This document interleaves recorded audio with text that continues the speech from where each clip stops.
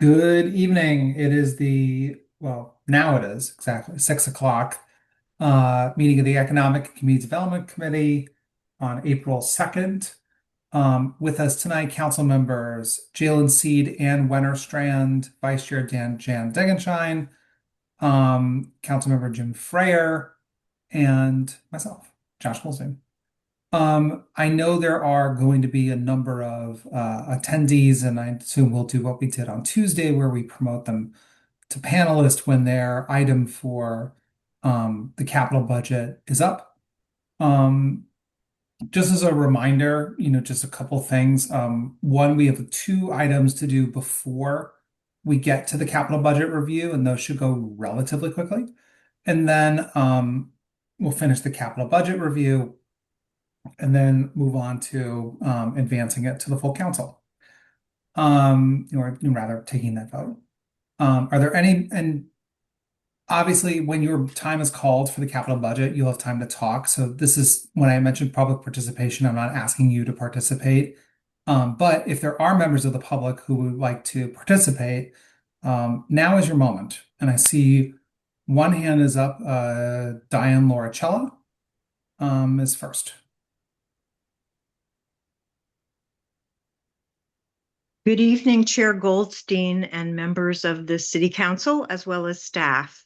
For the record, my name is Diane Lauricella. Oops, hold on a second. Someone's calling. Okay. And actually, just as a reminder, 3 minutes on a topic on the agenda, and I'll keep the time. Of course, sir. I do pray one day that you all allow us to have more time for the entire city budget, but I will have to lobby for that in the future. Tonight, I wanted to speak about, just in general, some things related to capital request. Has to do with something that I've said before. I do believe, and I'm happy that you mentioned in the letter, the initial letter is the POCD alignment. We want to look at affordability, fairness, and predictability. That's why I'm scratching my head. I first wanted to say I really do believe, and I want to give kudos to all of you and the staff and the taxpayers for paying for all of the sidewalk work, curbs, and crosswalks.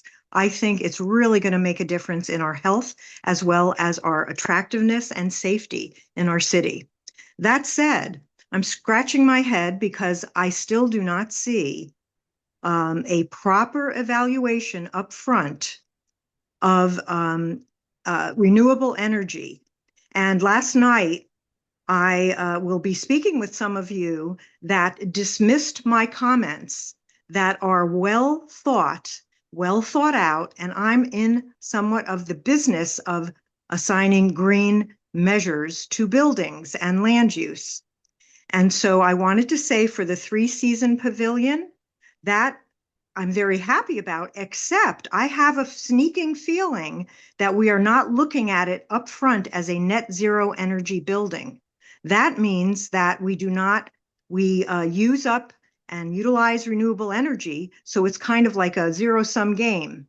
I also know last night, the camp, they said, we're not going to be really needing much energy. Well, it doesn't matter since the 3-season pavilion is adjacent to this Half Pasture Beach camp. Let's look at this as a project for renewable energy.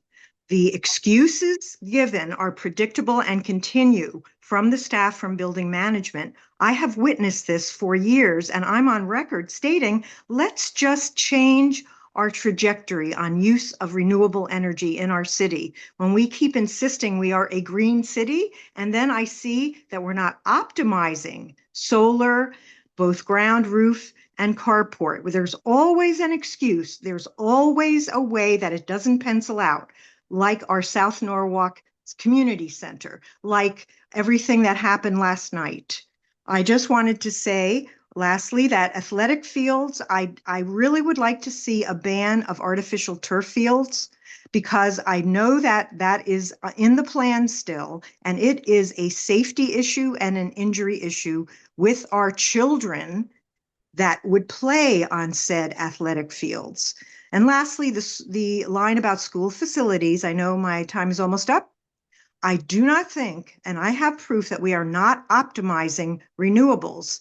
And Mr. Frayer, you are my city councilman. For you to scold me for not agreeing that Mr. Lowe has broken his back for doing all he can for the South Norwalk solar project really was surprising and not very fair and not very wise because we are not You're at optimizing. 3 minutes, Diane, but We finish are your. not, I will finish my sentence. I just would like you all to do a little of your own homework and not just rely on the staff. There are lots of free places that you can get second opinions for the spending of our tax dollars. Thank Thank you you. for Thank you very listening. much. Bye-bye.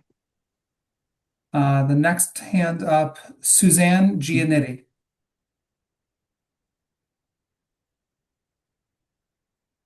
Here I am. Thanks. This is the first time I'm at one of these meetings. So I'm Suzanne Giannetti, and I'm a member of the ADA Transition Committee. I'm a Norwalk resident for over 20 years, and I'm a recently retired occupational therapist. I'm here to express concern regarding the elimination of the ADA capital budget for fiscal year 2026-27. While I understand the need for fiscal constraints, accessibility and compliance are not optional, they are required. This is the first time since 2013 that this budget has been fully eliminated. There is an important difference between reducing a budget and eliminating it entirely. Once it is eliminated, progress towards accessibility stops and it becomes very difficult to bring it back. Although some projects are currently underway, we will soon reach a point where no further progress is being made or they'll be completed. At a time when the city is preparing to release a new ADA transition plan, a plan we federally required to make public, eliminating this budget sends a concerning message about the city's commitment to accessibility. I would like to highlight one critical priority project, the Norwalk Senior Center. I visited there yesterday myself. The courtyard will be renovated, yet the primary access remains stairs only. There's also outdated double doors that are extremely difficult to navigate, especially for many seniors who use walkers, rollators, and other mobility devices. The doors lead to a small platform that becomes a dead end for those users. This is not just an inconvenience, it's a life safety concern. In an emergency, individuals could be directed to an exit that is not accessible, potentially trapping them there and blocking egress for others. The only alternative route requires traveling for a long distance through the building, then outside or on uneven surfaces, or to reach the courtyard. This is not reasonable for individuals with mobility or cognitive challenges. A public space is only inclusive as it is accessible. If people cannot reach the space, then it is not truly public. The proposed ramp and door improvements are not enhancements. They are necessary for safety, compliance, and equity. I respectfully urge to reinstate the ADA capital budget or at a minimum fund this critical project. And I thank you for your time. And I had submitted earlier today a letter outlining that a little bit better. Thank you, Suzanne. And yes, we received the letter, and I think I even responded acknowledging And I receipt to you. appreciate that. Thank you. Yep, no problem. Okay, the next hand, Diane Cece.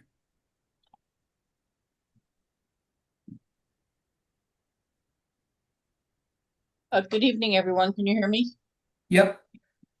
Good evening. Thank you, everyone. I wonder if you can, before I make a couple of comments, if the committee chair would do a favor. I'm not sure if you did this last night, but even if you did, if you could do it tonight.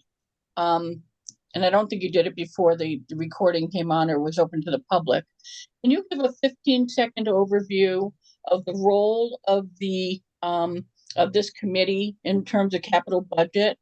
And when you ultimately say that you would be looking to vote to advance it to the full council, are you advancing it just that you did the reviews and you took comment from the public, or when each of you vote, is that vote advancing it to the council, your blessing of each of the dollar amount in total and each of the items? If you could you just give the, like I'm a third grader.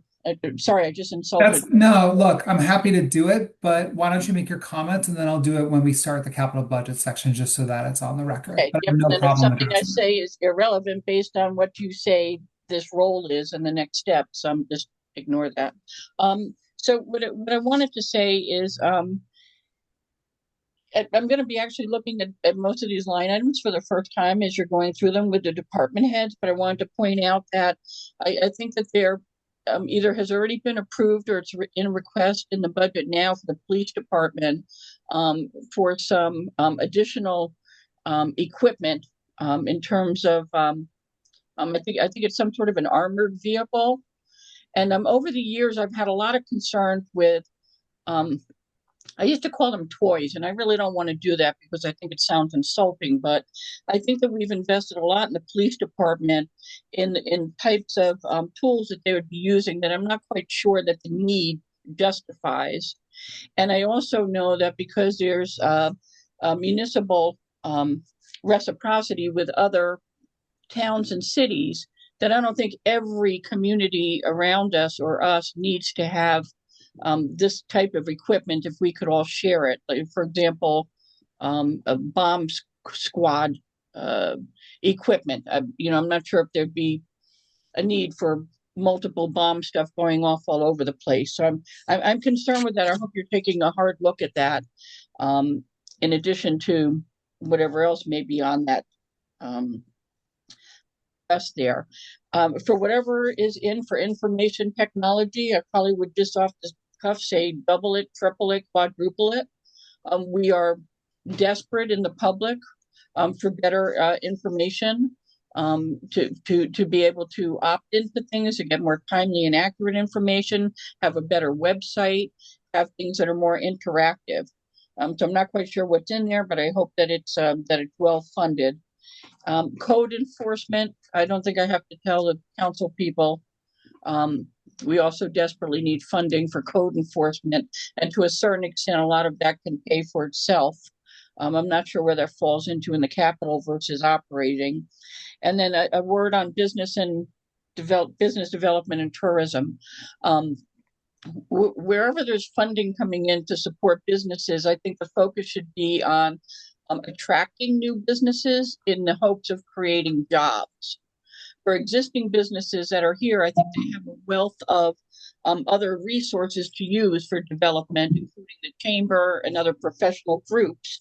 And in terms of tourism, I always express a concern that I think funding should go first to better serve the people who are here now versus a transition group of people that come in as tourism, where no one has been. People throw out numbers about what tourism numbers do Diane, to you're our at local 3 minutes. economy. I'm sorry, I'll just finish up. What the dollars bring to our local economy, but I haven't seen anyone ever be able to provide any proof of that. So I would say just be very prudent in those. And finally, I would say, I think Ms. Wennerstrand said last evening, maybe, when you're looking at these things in isolated pockets, all these, money, some doesn't seem like a lot or it starts to add up, but the whole big picture is a burden on the taxpayers and long term, and something that we don't actually Diane, you're at wiggle 3 minutes. out of. I'm sorry. I just need to enforce Yep. this fairly for everybody. I didn't hear you, Josh, but I think you said I'm done, so I'm done. Yeah. Thank you, Diane. I appreciate it. Okay. Are there any additional members of the public who would like to participate this evening? If so, please raise your hand. Going once, going twice, and I will be closing public participation. And I would like to move to new business. I also would note that Councilmember Rich Dellinger joined the meeting, say about 6:08. I don't know. It's an approximate. So for new business, we're going to do 2 items and then we're going to go into the capital budget. So new business A, authorize the mayor, Barbara C. Smith, to execute a contract agreement with Found Design LLC, DBA MERJE, in the amount of $114,750 for project NPA 2026-1, Norwalk Citywide Wayfinding Program. Account numbers noted. Do I have a motion? Councilmember proceed. Brian? Hi. Good evening, everybody. Can you hear me okay? Yep. So in January, we issued a RFP for a comprehensive citywide wayfinding program. excuse me. The goal was to identify a qualified design team capable of creating a unified modern system that improves navigation, strengthens district identity, and better supports both residents and visitors as they move throughout Norwalk.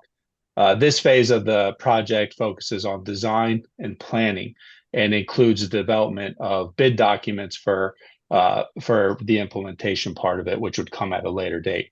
Following a thorough evaluation process, which included interviews, portfolio review, and scoring, the select committee unanimously recommended merge.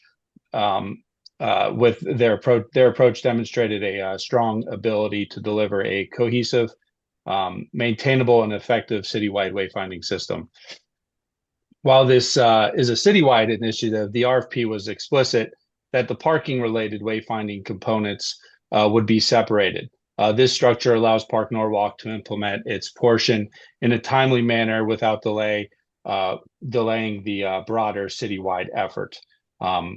The project represents a strategic investment in Norwalk's overall mobility, economic vitality, and visitor experience. A modern wayfinding system will make it significantly easier for people to navigate our city, reduce traffic congestion caused by drivers searching for destinations, supporting tourism and local businesses across all districts, strengthens the identity of our key areas, and improves multimodal connectivity by better linking rail stations, trails, downtown corridors, and major destinations. So I'm just respectfully requesting to authorize the mayor to execute a contract agreement with Found Design LLC, doing business as Merge, in the amount of $114,750 for the project MPA 2026-1 Norwalk Citywide Wayfinding Program. Thanks, and happy to answer any questions. Also, I could also share a quick story when I first visited Norwalk and couldn't find the Haviland parking deck, and I was driving around Washington and High trying to find parking after my young family, it was 2016, we were visiting the aquarium, and after we left, we were like, hey, we need to get food, and drove right up to Washington off North Water. It was like, wow, this is a really cool neighborhood, and we couldn't find parking. And I've been in parking for over 20 years. So it was unfortunate. We ended up going to Stanford and finding something, but I find this personal, and I really want to just urge that this is going to help tremendously. But thank you. Thanks, Brian. I see Jim Travers is here as well. I didn't know if there was anything you wanted to chime in before I open it up to council members. Sure, I think Brian really hit Yeah. on it. I think we hear this from businesses a lot, that the desire to help people get to their restaurant. I think the one thing is that this is solely being paid for by parking authority funds.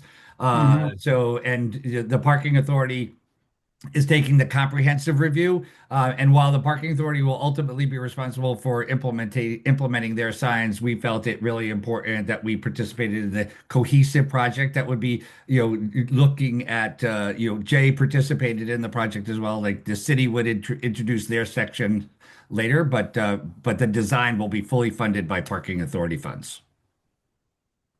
Does anyone have any questions for Brian? Anne?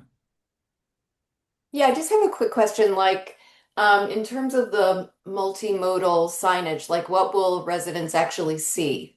What's an example of what they'll see?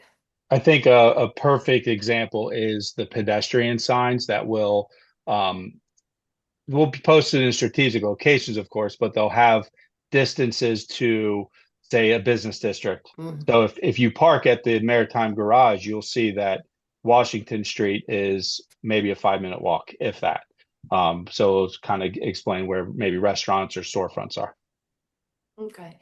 And is some of it digital, or is it all sort of We plan on having it mixed, having mixed? kiosks Okay. in certain digital kiosks in certain locations, maybe having some posted inside the garages like Yankee Doodle or Maritime, but also static signs on Mhm. on corners and throughout whichever corridor where they're working on. Yeah, and one of the things that I really liked about, the vision and the proposal of the vendor was that, it really tried to blend a mix of the kind of historic character of signage and really blending that with some of the newer technology like digital paper, And so, I really thought they did a nice job of really tailoring it to the different neighborhoods and that have really different character. And so that was something that I really liked about their presentation, and particularly why I thought they were going to be an excellent fit. Thank you. And I found the backup here to be very comprehensive, and there's a lot of good information there. Um, Anyone else have any questions for Brian or Jim or anyone else? Seeing none, I'll call for a vote. All in favor of advancing this item to the full council? That is unanimous. Thank you very much. Thank you. Okay. 2. I'm sorry. B1. I'm actually just going to read B1 and B2 together. Authorize the mayor, Barbara C. Smith, to execute an amendment to increase the Fuss and O'Neill contracts by $46,900 for additional transportation engineering and related design services for Wall Street corridor improvements. And 2, authorize the Director of Transportation, Mobility, and Parking to execute the amendment to increase the contract with Fuss and O'Neill for an amount not to exceed $4,690. Account numbers noted. Do I have a motion? Councilmember Degenshine. Jim? Sure. Garrett, are you on? Yeah, I am on. Garrett's there. I'm sorry. I didn't see Garrett's. I didn't see. I didn't see it because his the screen isn't on. Well, Not I'm that going to it's required of your apologize screen, but because still. my video is not working, but I do That's have okay. a screen to share. So let me put this up on the screen. Thank you, council members, for taking this up tonight. I know you have a really busy schedule, so I will be brief. However, I did want to provide an update of the Wall Street Corridor project as it directly relates to this item.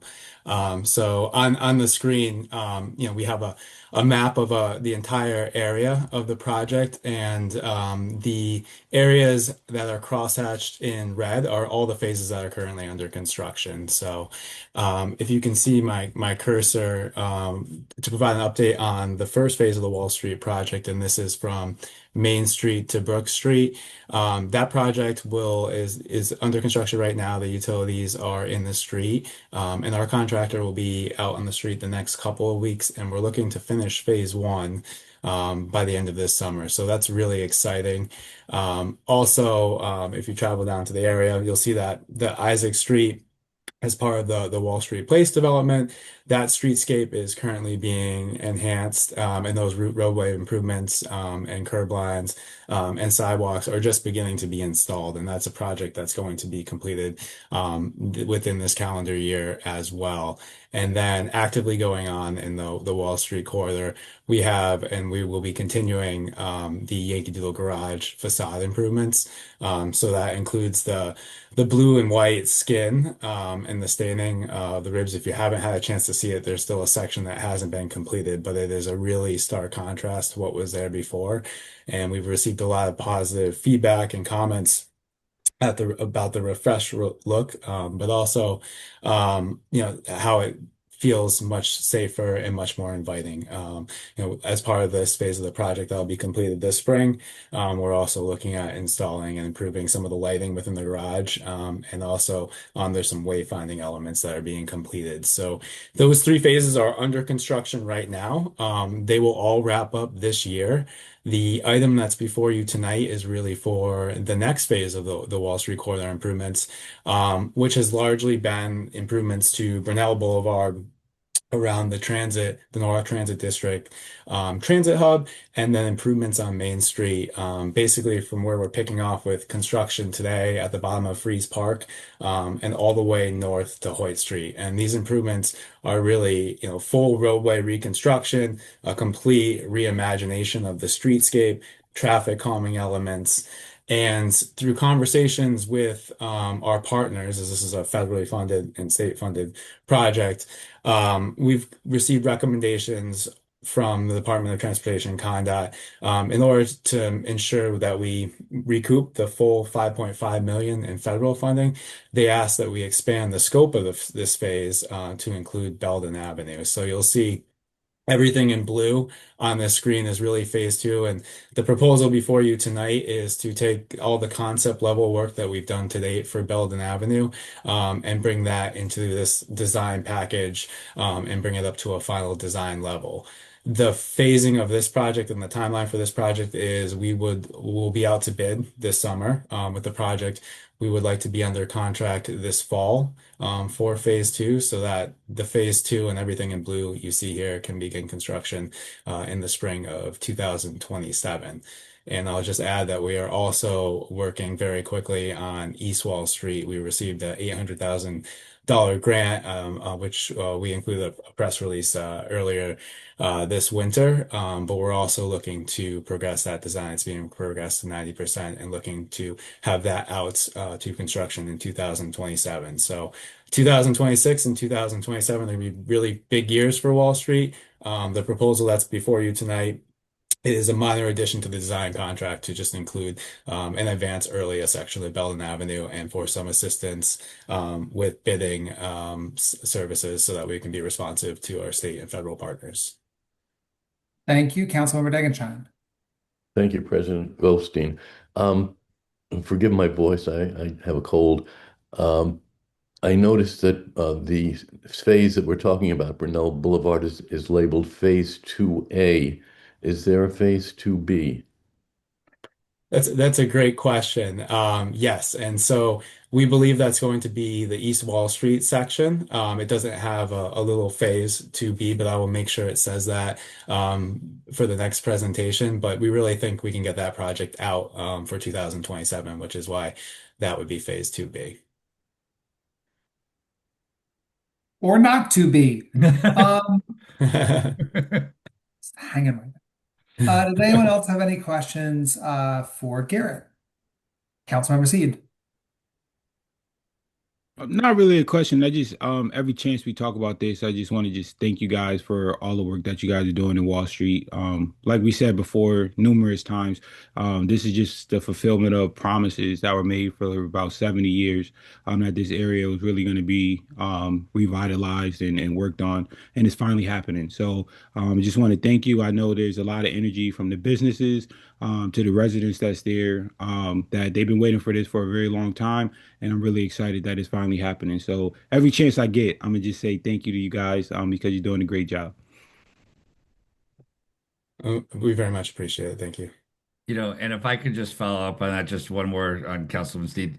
It is really because of the support that you give council, the council behind us, that really just energizes us and moves us. When we started this 5 years ago, we really looked at the problematic intersection of Mott, Belden, Wall, and it has grown into a $31+ million project. We are about to incorporate Smith Street on here with a partnership with a redevelopment agency to get a pedestrian path down there that's going to really connect into the Harbor Loop Trail.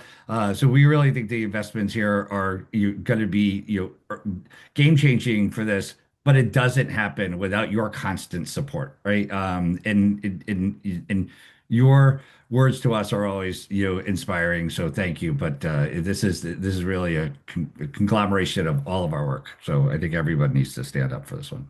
Thanks. With that in mind, I think I can call for a vote. And Garrett, if you wouldn't mind stopping the share of the screen, actually. Yes, it minimized my tab, so give me 1 second. I apologize. I'm trying to find That's the okay. stop screen share. All in favor of advancing this item to the full council? Thank you very much. That is unanimous. Actually, I'm sorry. I see Councilmember Nicole Ayers was here. I don't know when she came to the meeting, but I know that she is here. Or actually, I don't know. Okay. That passed unanimously, so thank you, Garrett and Jim. But now we are in item C, the continuation of our review and presentation of the 2026-2027 capital budget. And I will indulge Diane Cece's request and do a couple brief ground rules before we get into this. One is, at this point, what we do, the mayor, the CFO makes a recommendation. The mayor then makes her recommendation, frankly, based on the CFO's recommendation. You've all received the transmittal letters that are explaining where and sort of in certain limited circumstances there are differences. Then the budget comes to us, and section 10 of the charter is the really important section here, and that there's a specific part of that section that deals with the city council's role, which is actually section 1016 of the charter. And basically the council's powers in this space are to approve, reject, or reduce any item that we have the power to do all three of those things of any item in the mayor's proposed capital budget. There's also a thing about reinstating transfers, but that's only in the situation where there's been a transfer from the capital budget to something that would go to the operating budget. So this is not, this is all written in the city charter. And of course, this charter was modified and approved by the voters this past November. And there was some language in here that had been unclear.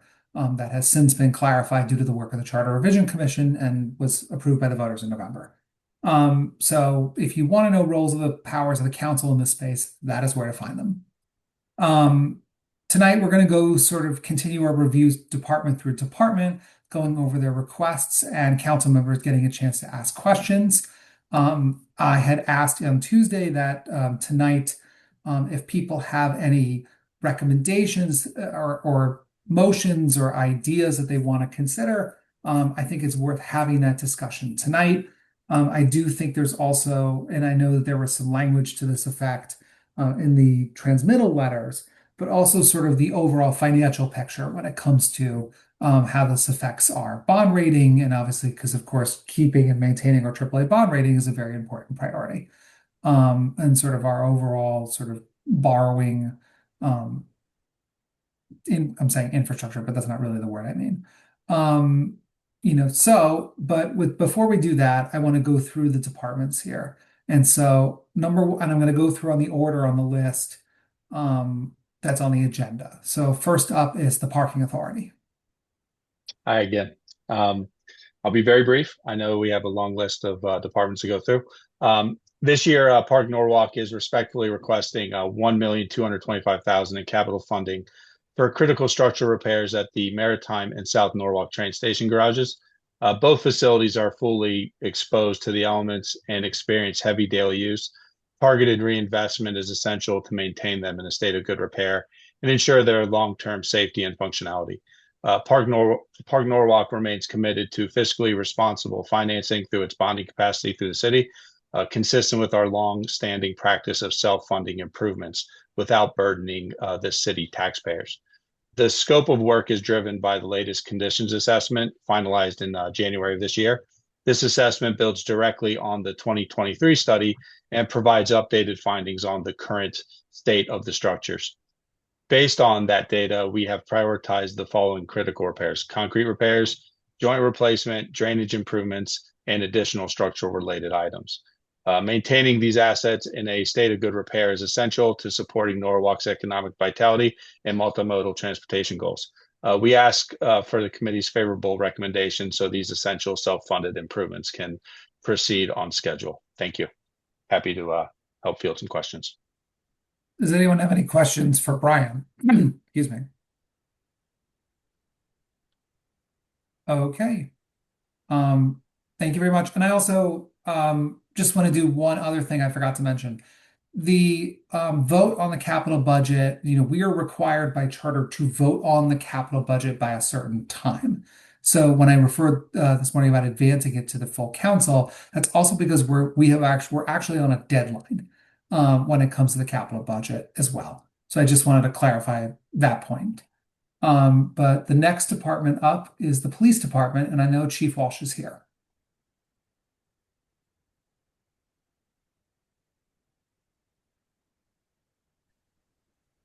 Good evening, everyone. How are you?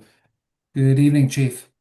Yes, for 2027, our capital improvement request, first off, will be the traditional police cars and vans for $775,000.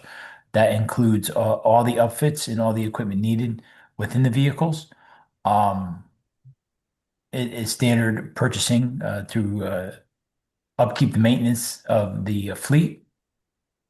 The second for $23,000 is evidence processing hardware. That is our forensic computer system that is used out of our forensic unit, out of the special victims unit. It is the computer-based system that we use to examine cell phones and other information in regards to child porn investigations and critical searches of hard drives and servers. So that equipment needs to be updated every few years. The last time we did this probably about 5 or 6 years ago, and with technology upgrades, as we see with our phones and computers, we also need to upgrade the equipment that we use to examine phones and computers when we do apply for search warrants for this equipment. The third item for $34,542 is a communication network for our scuba team. We have an 8-person scuba team, which is a ancillary duty, and these officers respond to evidence recoveries, items recoveries, and other emergencies, of course, on the shoreline and in the water in conjunction with our Marine Division.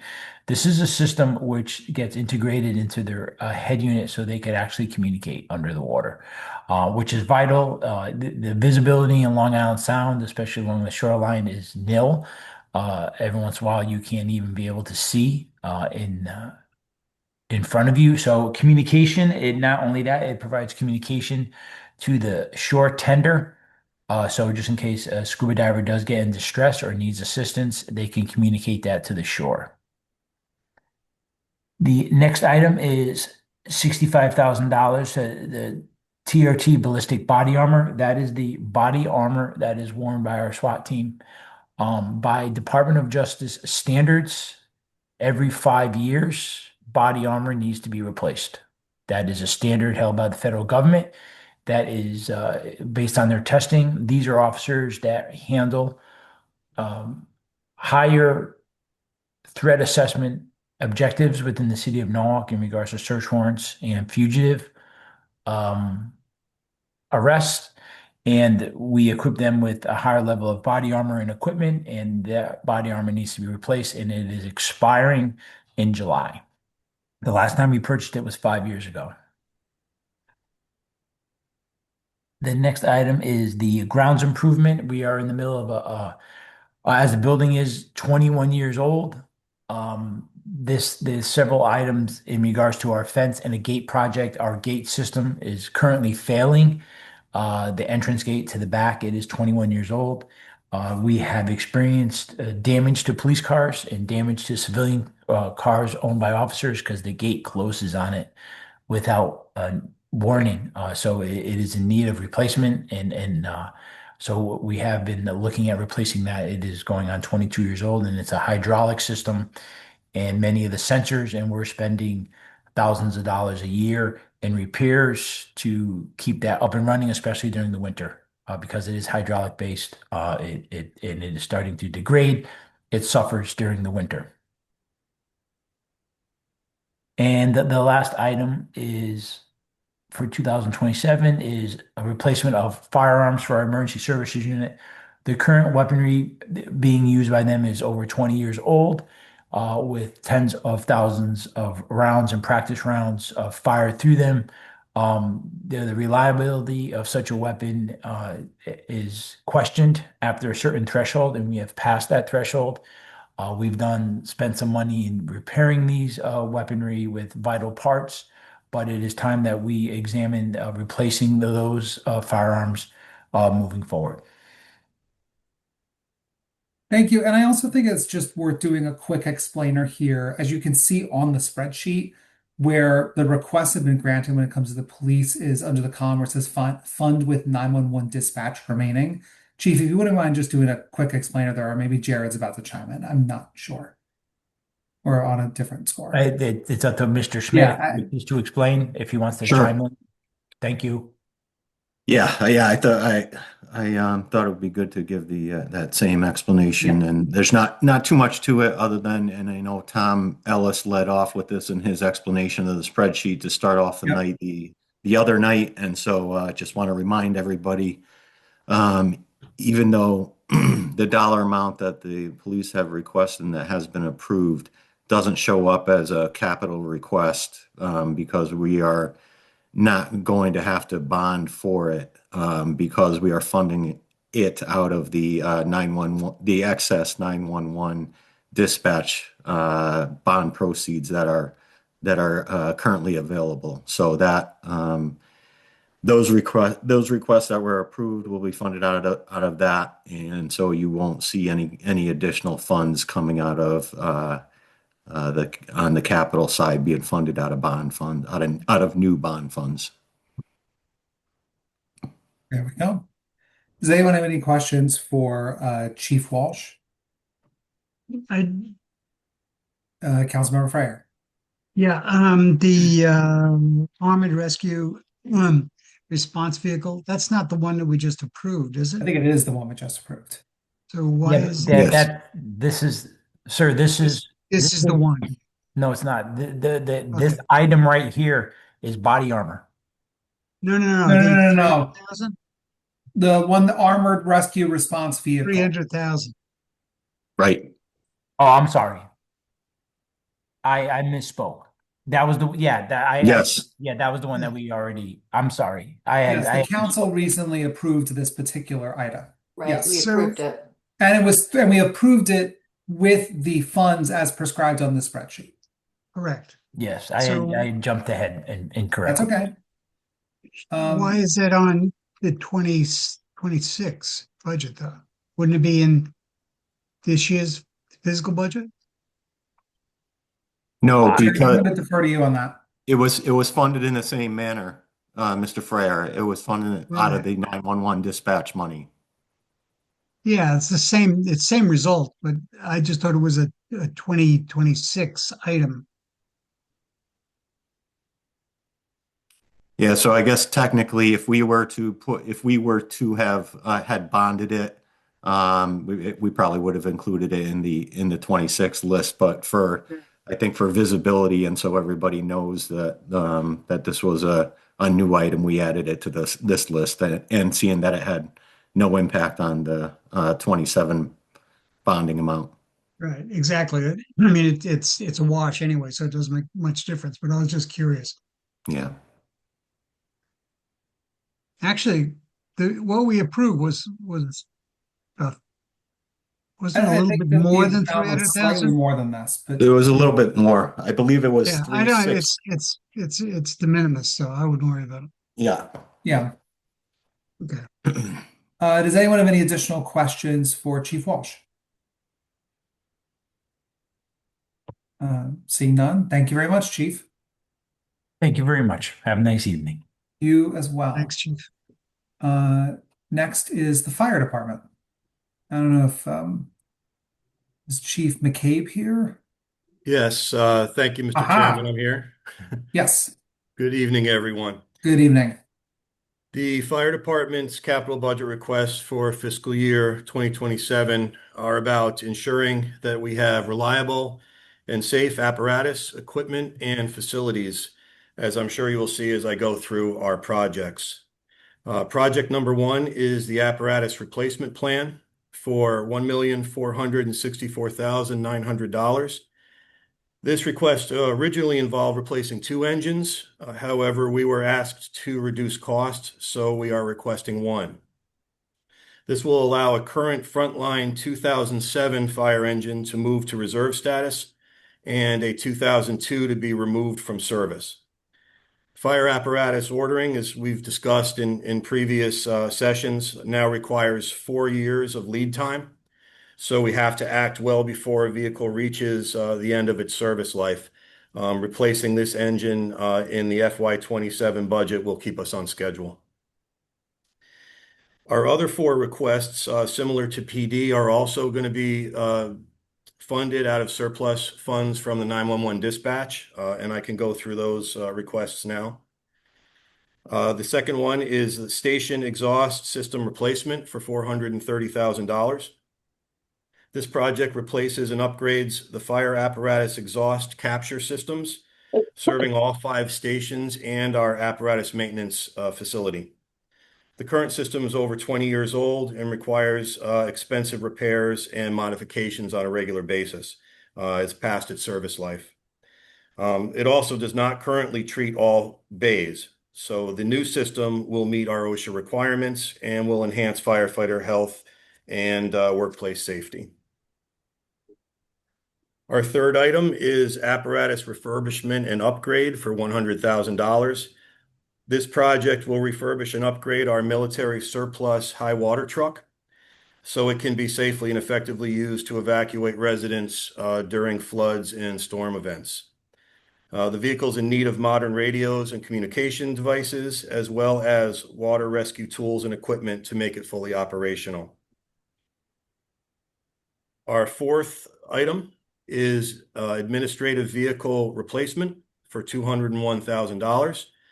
And similar to our fire apparatus, our admin vehicles on a regular replacement plan to keep them serviceable.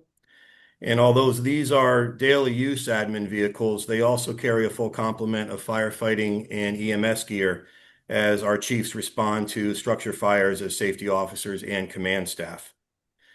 This replaces two 2012 Ford Explorers that will be placed in reserve status, and it retires a 2007 Ford Escape. And our final request for $50,000, fire department building repairs citywide. This annual citywide repair funding allows us to address moderate building issues across all 5 stations, apparatus maintenance facility, and the training tower. These are routine repairs that keep the facilities operational and safe and prevent issues from becoming larger capital projects later on. That concludes our projects, and I'd be happy to take any questions. Thank you, Chief. Does anyone have any questions for Chief McCabe? Jared, I see your hands up. I don't know if there was something you want to add here before we do council questions. Yep, just pretty much the same explanation here. There were a number of 3 of the items that were in the fire department that were also funded out of the 911 dispatch remaining funds. There was another item, the building repairs, that's being funded out of bond premium, with the intention of that ultimately landing in their operating budget in a future year. But as an interim step, it's being funded out of bond premium. Chief, I just want to ask a quick question about the replacing engines and frankly, the staggeringly long delivery time. And I assume we've run into this situation in past years where we purchase something, it locks it in, even though we're going to receive it I think in the materials it says something like 4 years after we put in the order. That's correct. Yes. So we lock in the price when we go to contract with the manufacturer, but the city does not actually pay anything out until the vehicle is delivered, which, given the industry right now, we're still looking at about a 4-year delivery time for the equipment to come in. And that's not just one manufacturer. Unfortunately, that's industry wide. No, look, it's not your fault. I find that to be remarkable. It is. We keep hoping for the system to start to recover, but unfortunately, we're not seeing any signs of that yet. But however, the ones that are there's no short-term problem, I guess is my question. We're thinking ahead, but it's not like we're about to lose fire trucks right now and fire engines. Correct. Yes. So the industry has been in this condition for, I'd say, about 5 years now. So at that point in time, we did have to adjust our replacement schedule because our standard replacement was no longer going to work, given the new delivery times.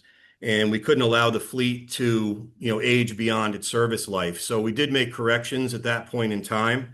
And as I said, if we were to continue on course, then yes, we will be able to keep our frontline equipment serviceable and safe. We're not running a risk of anything going beyond its service life. Okay, thanks, Chief McCabe. Does anyone have any questions for the chief? Seeing none, and I see Mark Conti's here. I think Tim Reardon's here. We have a whole stable of people. So thank you all, and I appreciate it. And Thank you, now everyone. we are moving on to information technology. Joyce?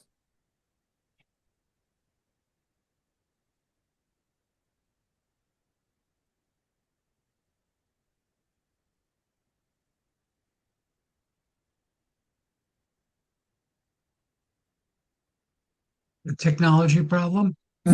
No, actually, it take a while. Thank you. Good evening, everyone. Hi. So IT's, can you hear me? Yes, we can hear you. Okay, great. So IT's total capital request for the 2027 is $620,000. This funding supports like 4 critical initiatives that align with, the POCD code 11-11.1B, which is continue to update and modernize and maintain NORWRK's infrastructure and the city facilities. So there is 4 items. The first one is citywide technology refresh. This is $290,000. So this technology refresh cover over 30 department, 14 location, and our 3 data centers. The funding will be used to replace the aging equipment, the servers, the laptop, desktop monitors, webcam, and meeting room technology. That also including upgrading the public computers, like for both library locations. Our goal, to just ensure, our city staff have a reliable tool, and so we can, better serve the resident of the NORWRK.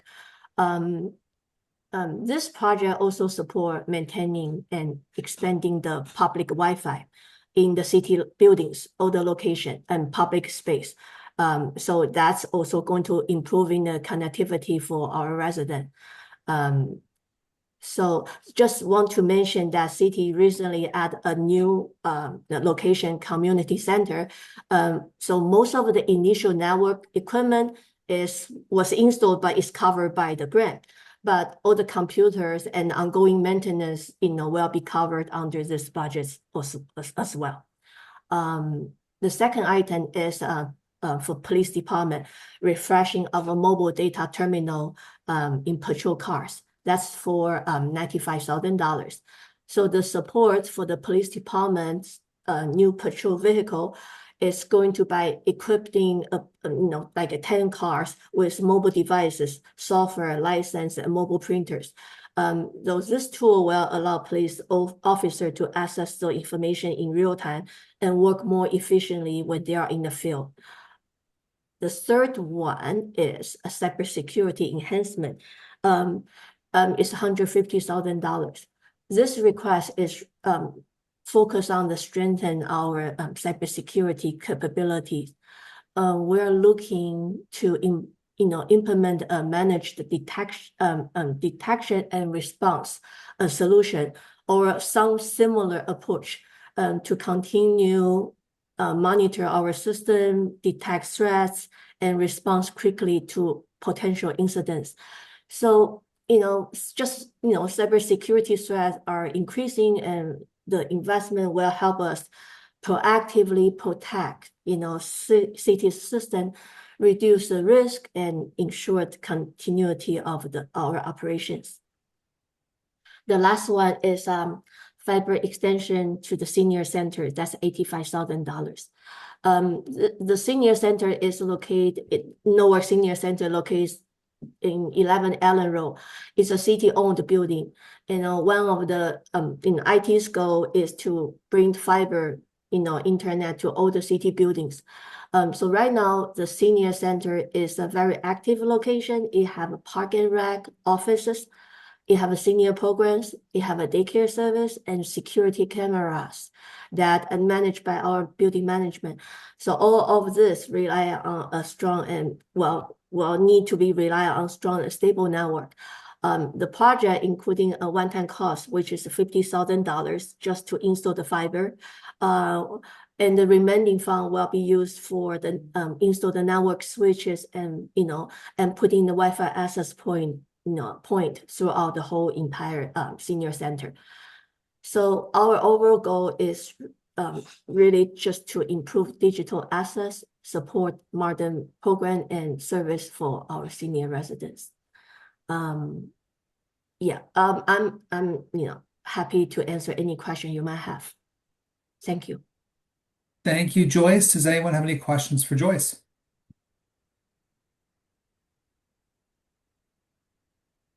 Okay, Joyce, thank you so much. I know that, I mean, IT is essential and it's important, and obviously it's something we need to keep working to grow and improve. And it is a big task and we need to meet it.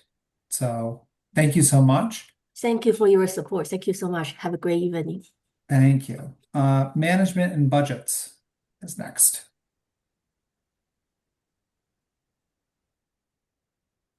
Okay. All right, Jared. Want me to take this? Yep. So as you've probably noticed, there's been a change in the appearance of both the capital budget book and also the operating budget book. And that's due to the fact that we implemented a new system called ClearGov, which is, and this first phase of it was just the budget books, and so it just reflects the budget books show up in a different format, and I think a cleaner format. It's been about pretty close to a year in implementation. Took a while, and we're still working out a few of the kinks. That's a lead up to the request, which is for the next phase of this, which is to purchase the operating budget module of ClearGov. And so that we will have the way that we were working before was really pulling data out of Munis, out of our ERG system, out of Munis, and into ClearGov in order to create the book. What we want to do is purchase this operating budget module that will be cover the full budget cycle process, so that it will be a place where the department heads can enter their information. We'll store all the data, and it can track each of the different versions from the original request from the departments to my version of the capital budget, to the mayor's version, and anything that comes after, as well as the same thing on the operating side. And so, we've had to kind of finagle things a little bit to make the new budget book work, while pulling data out of the old way that we were doing it. And so we're hoping that with your approval of this item, that we'll be able to do things a lot more cleanly, more efficiently, and have a much more professional looking product at the end of the day. Thank you, Councilmember Freyer. Thank you, Jared. Is this new system going to facilitate doing forecasting and year-to-date analysis, budget versus actual performance reviews and things like that? We will be able to. I think with this we'll have to. There will still be on the analysis side some efforts to combine both the systems, what's in Munis and then what's in the budget book and in ClearGov, that we would have to meld the two together, and that the information that goes into ClearGov will still be in Munis, because we need it there. We need the final budget there, at least in Munis, so that we can do those kinds of things, and we know how much is left in each account when we go to charge bills to it. And so that budget will still be in Munis. So it doesn't necessarily help us in that way, but we do still have the ability to do that analysis through Munis. Okay, so basically this is only a budget tool. It's not going to introduce any actuals or forecasting capability. Not at this time. Just straight out analysis, maybe that's all. Not at this time. I mean, going forward, who knows how these products develop and evolve, and but for us right now and in the next 2 to 3 years, no. So is that an automatic integration with Munis, or does it have to, is it just going to be inputting including the final budget number, and that's all you're going to get? So in Munis, can you then do a forecast based off that budget and what the actuals look like coming in? It's not a real time thing where, you know, we put the information into Munis and it's updating the ClearGov system. There's still going to have to be a data transfer of that information into ClearGov. So there'll basically be a mirroring of the two. Yeah, that's too bad. Yeah.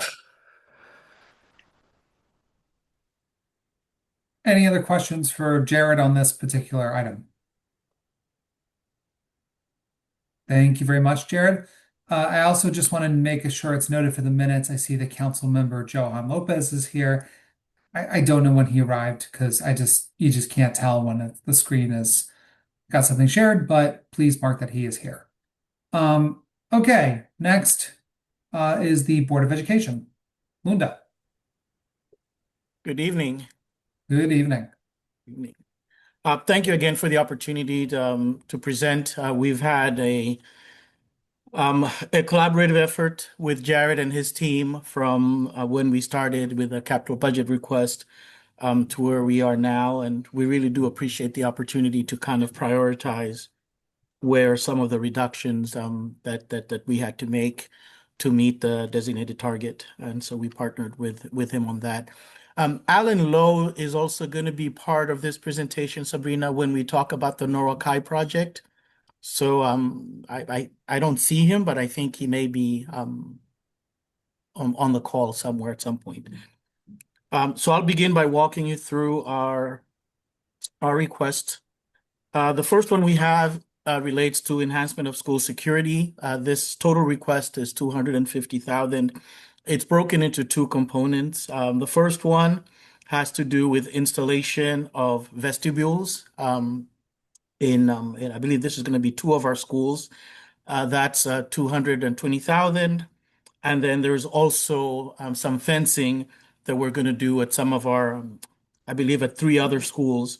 This is just fencing the premises to keep students safe in the property, to prevent people from the community and other areas just wandering into the facility, and just to ensure that the students are in a safe environment. So that's the school safety project that entails. The second one is our curriculum and textbooks. The district has developed a K through 12 literacy vision plan that leads to new curriculum from grade 6 to grade 12. This is the second year of implementation. We started this last year with the lower grades, and so this year it's for grade 6 through grade 12. The third item on the list is student technology. These funds are dedicated exclusively to the replacement of devices. As you know, the district is a one-to-one district, so each student has a device. These devices have a replacement cycle, and so what we do, it was a 4-year replacement cycle, but given some of the challenges with capital funding, we've actually extended the replacement cycle to 6. So this is what that is. It will provide purchases of Chromebooks, iPads, Apple desktops for students in the buildings. Similar to the literacy curriculum, the district is also begun the process of updating our science and social studies curriculum. And so included in this is a purchase of curriculum materials for that. Band instruments at $270,000. This is something that the city has been investing in. I believe this is year 3. Many of our band and strings in the district's inventory are over 20 years old. So we have been replacing them at different levels for the past 3 years. We're also seeing a decline. In the past, we would ask parents to come with their own devices. We are seeing a decline in that just because the financial burden of renting these is significantly higher. And so as a district, we have started to replace these plans with the city's with the city's help. As you know, Norwalk music programs are nationally recognized, and so we don't just start at the high school level, but this provides a continuum of the music program from the elementary school all the way to the high school. And I believe this is the last year of these music and band program updates. So we won't be doing this again for another 10 years. Instructional technology is similar to the student technology. This technology focuses on our staff. We provide technology for our staffing. We provide, these are the computers in the rooms, there are smart boards in all of our schools. So this accounts for all of that. It also includes some databases that we're updating as well. And then there are also, in terms of instruction, there are just additional instructional tools. There are some programs that have gone from paper curriculum material, but online material. So this includes all of those, the online component of the education. The other item we have, we've been doing an asbestos abatement program over the last couple of years. So this year we have $600,000 set aside. This will be the year where we do Narragansett School. We have been doing one school a year. And so this year we plan to abate asbestos at the Narragansett School. This would be for floor and ceiling tiles, along with ceiling lighting that needs to be abated and replaced with new materials at the Narragansett School. Capital repairs and replacement. This is an annual repair, just miscellaneous repairs within the buildings, boilers, doors, things that we replace annually. And so this is something that we work in collaboration with the city. I believe the city has a similar annual replacement cost in their budget. We are also working on paving Brian McMahon. That paving project itself will not happen, I believe, not until next year or the year after. But what we're asking here is part of the facilities master plan is to start the study to see what we need to do. The parking lot at Brian McMahon does not meet current needs in terms of traffic and traffic flow. So what's going to happen when we replace that parking lot, it won't be just a paving over the parking lot. It is an entirely redesign, reconfiguring how traffic flows in and out. And we will be working in conjunction with DPW when we get to that point. But this right now is that initial study on how that traffic flow should be reconfigured. And then with that information, then we would know how we proceed with that parking lot improvement. And then we do have a district vehicle replacement. This is a 20-year-old vehicle with a plow. This primarily serves, again, the Brian McMahon campus. And so this is to replace that vehicle in-house. And then we do have the additional funding for the Norwalk High and P-TECH. And I don't know if Alan was able to join us and speak to that. Thank you. Good evening, everyone, member of the committee. Can you hear me? Yes, we can hear you. Okay, great. Just really quickly, most of you know that the city of Norwalk has been working on the construction of a new Norwalk High School for the last year and a half or so already. The last time the Norwalk High School was upgraded is back in 2005, 2006.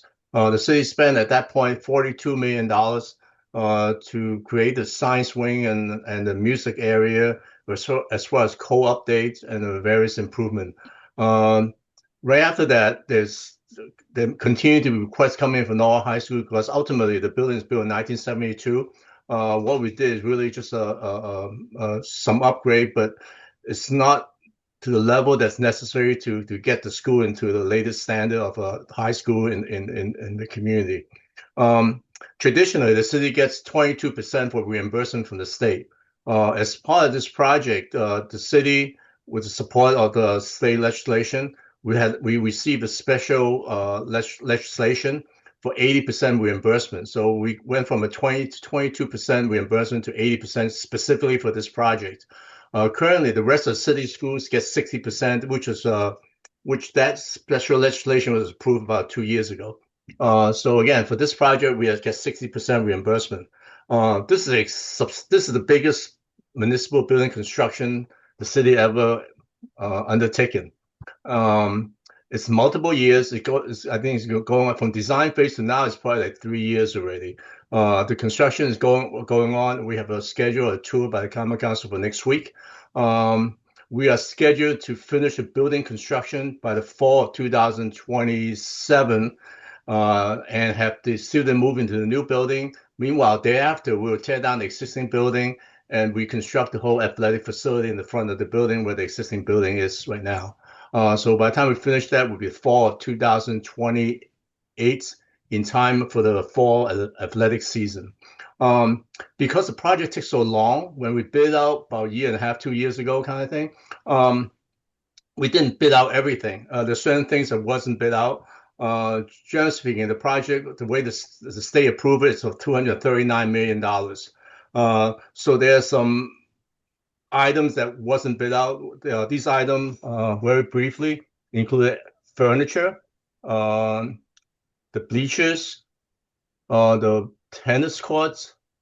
And originally, we didn't bid out the demolition of the building because it's too early to bid out, again, back a year and a half, 2 years ago. So we since bid it out, and we got a very favorable number, so we accepted portion. We accepted it, but we used some of the other money. It's getting a little complicated financially. But bottom line is that we are requesting additional money to complete the project, to cover all the items that hasn't been incorporated in it. The total amount is roughly about $22 million, but at the same time is that out of the $22 million, there's $7 million in there that is for contingency amount. There's additional $2 million for soil remediation, which is one of the big problems we had through the site.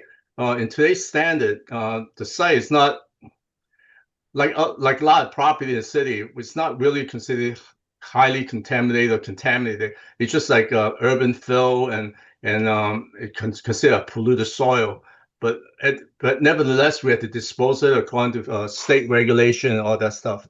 So again, we have as part of this request, there's $7 million for contingency money. There's $2 million for soil remediation.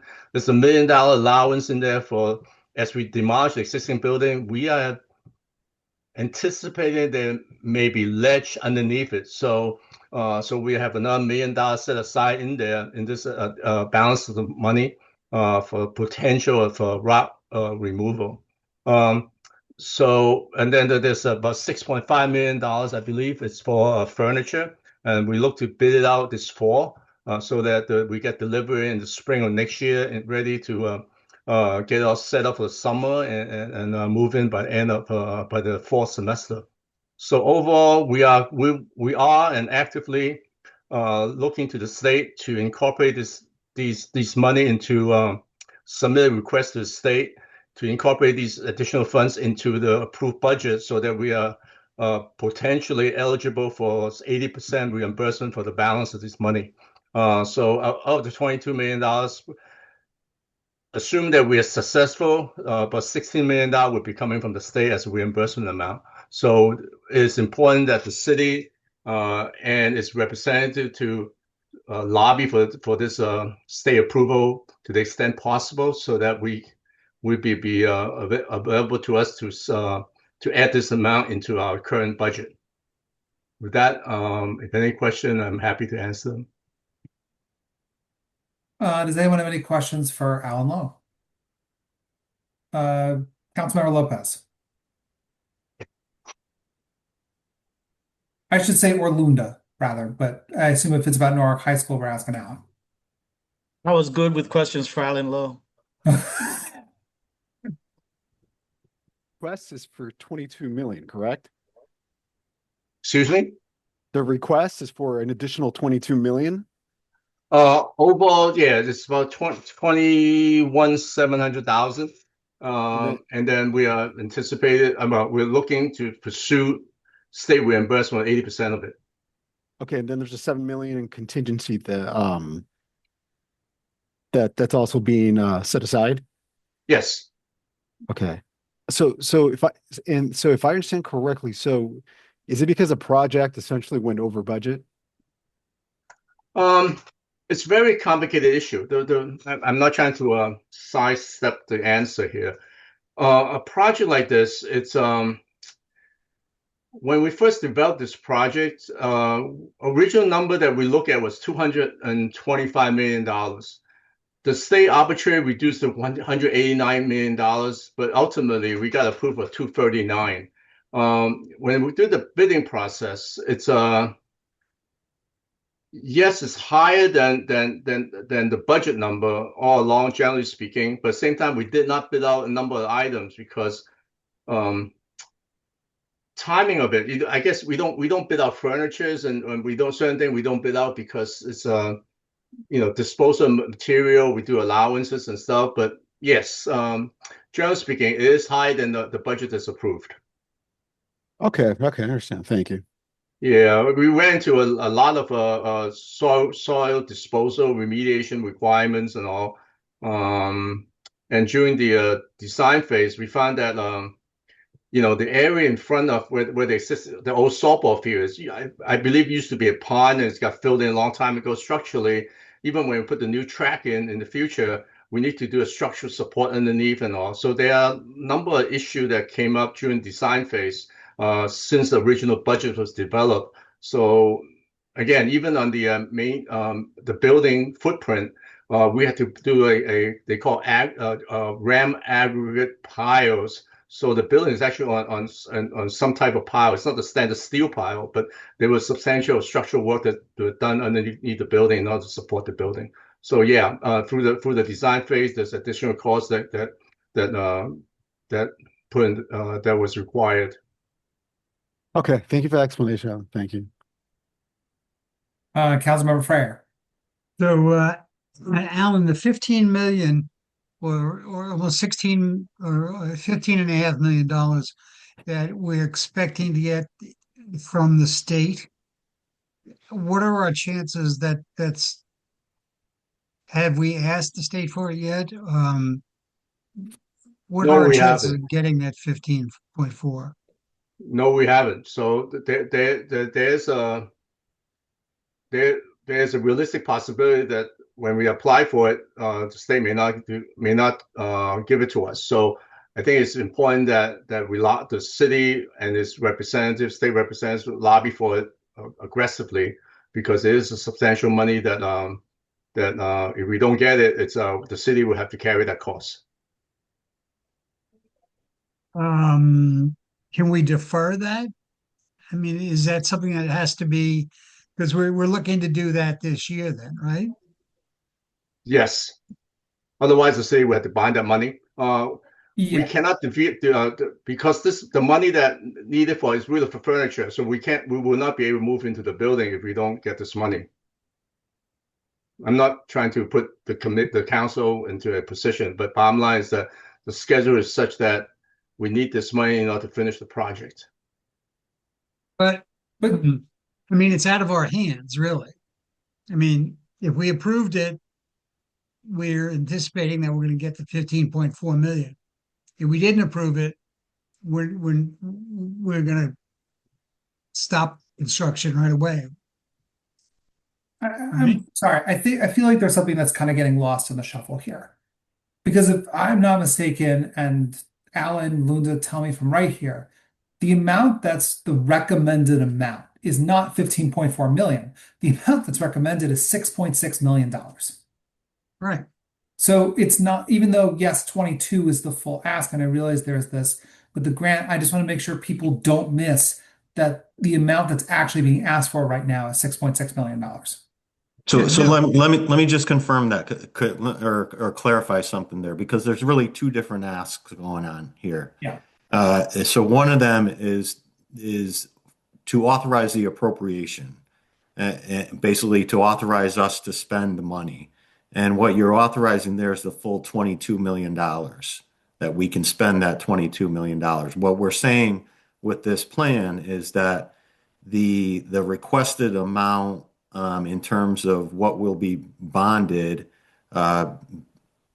based on a anticipation of the grant amount is $6.6 million. Right. So there's always two separate things that are happening with these when it comes to capital and bonded projects. One is how much are we going to actually spend and what you guys need to authorize us to spend, and then how much is actually going to be anticipated to be bonded. Mm-hmm.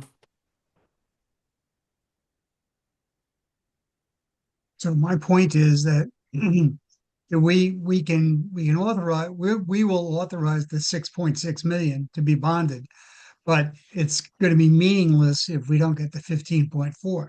Agreed.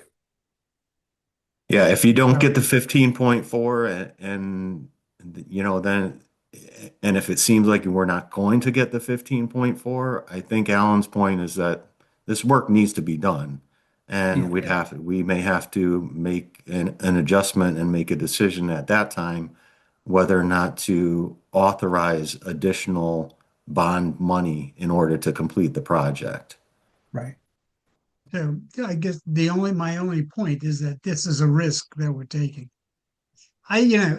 Honestly, I think,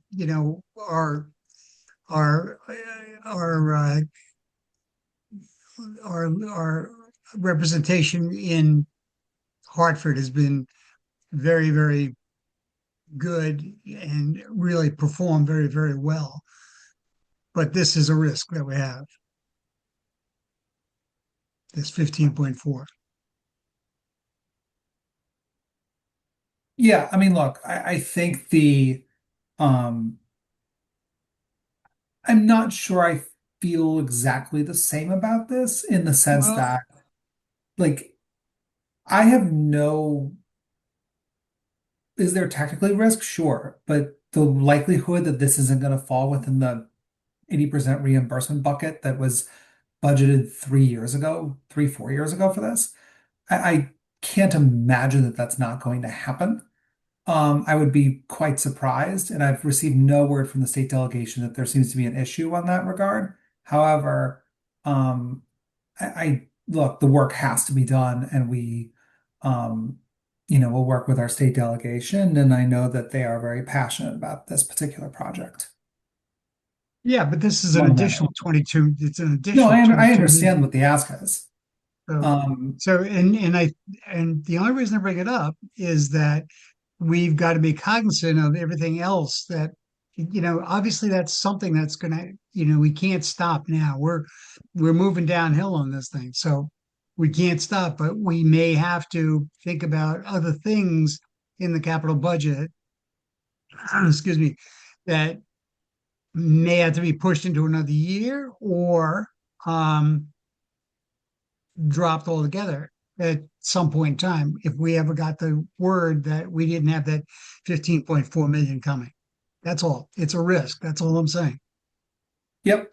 Yeah, I think in that, it's a part of a budget like anything else that could change. This one happens to be a large dollar amount. And when we get around to doing next year's capital budget, I think that's when it would be that's when we would really take it into consideration, would be what do we do in next year's capital budget and taking that into account in terms of what other projects are being requested and what the final amount is that we would propose to bond for next year. Yeah, I would also just mention quickly that our state delegation is aware of this ask and is aware of this issue. A number of us have spoken with them about this particular thing. So obviously there's time between now and then to get the lay of the land from the state level, but this is not a surprise in the sense of like they know that this is an issue and it is being actively worked on. And I fully recognize this financial situation that we are in terms of on this project and all that. And I think as staff, we have full responsibility and continued responsibility to, like I said before, we have as part of this money, there's a substantial contingency that we are requesting. Contingency money is very important during the building construction, but we are probably about halfway into that already. So It is our responsibility, staff responsibility, to control that cost to every bit possible, so that we don't get into it. So there are many things that we do that behind the scene that working with Board of Education to minimize those costs to the extent possible, because they are program changes. The project takes like 7 years from the day we think about it to the opening day kind of thing. There are changes in program needs and things like that. So there's constant conversation between us and Board of Education to decide, and the school administration, the Norwalk High School and PTAC. Do we really need to do this? Because change orders is very expensive to do. So there's constant back and forth among ourselves internally. They're trying to minimize costs. So we will continue to do that. Again, there's $7 million for contingency, $2 million site remediation, and another $1 million rock excavation. To the extent that we can hold back and manage those numbers is very important to the overall finance of the city and this project. I'd just like to say, with the risk of being criticized again for complimenting you, Alan, I have a lot of faith. I have a lot of faith in you that among as well as a lot of the members of the department heads in the city, you among most of them will always wind up finding some money someplace.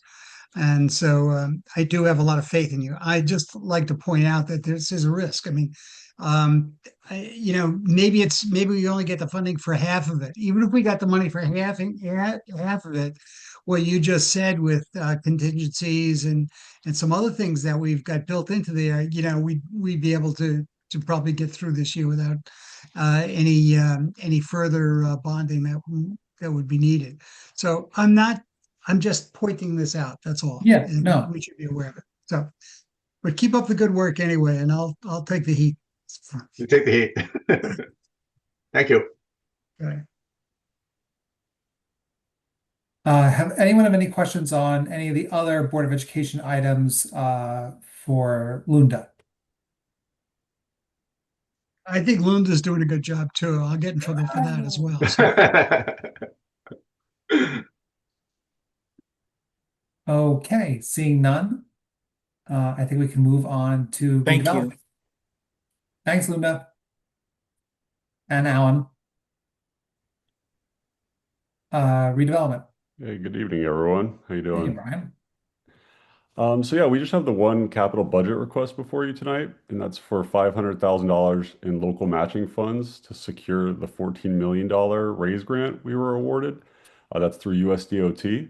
The project intends to make operation and safety improvements along 2 miles of MLK from North Main to Wilson Avenue and enhance transportation access and mobility around the South Norwalk train station. The original project financing plan intended to leverage the $6 million Community Challenge grant we secured from the state of Connecticut as match. But unfortunately, that's no longer possible due to recent executive orders at the federal level. So we're still in the process of finalizing the raised grant agreement with USDOT, but you need to make sure we have adequate matching funds allocated before executing the grant agreement. But notwithstanding these sort of administrative items, we expect design and outreach work to start next year, and we'll be advancing the project to permitting and construction from there. So happy to answer any questions that you may have. Does anyone have any questions for Brian? Okay, keeping it easy. Thanks, All Brian. right. Thank you, everyone. Take care. Thanks, Take Brian. care. Next is code enforcement. I know Jay Hibansky is going to be taking this one. Thank you, Mr. Chair, and thank you, everyone. I will be presenting for code enforcement for their streetscape improvement capital request of $141,000. This was a part of a 3-year contract that was signed by code enforcement with Love Your Home last year as part of the capital request. This is year 2. It is an escalating contract. I believe it goes up by $3,000 or $4,000 each year. Essentially, the work that gets done as part of this capital request includes plantings throughout the city, planters around the Maritime, cleaning up of medians throughout the city, putting up holiday decorations down along Washington and along Wall Street. And so really, this is just a continuation of year 2 of the 3-year contract that Building Code has executed with Love Your Home. I'm happy to answer any questions that you might have. Does anyone have any questions for Jay? Okay. Then Thanks, I guess everyone. we will move on to planning and zoning. Steve?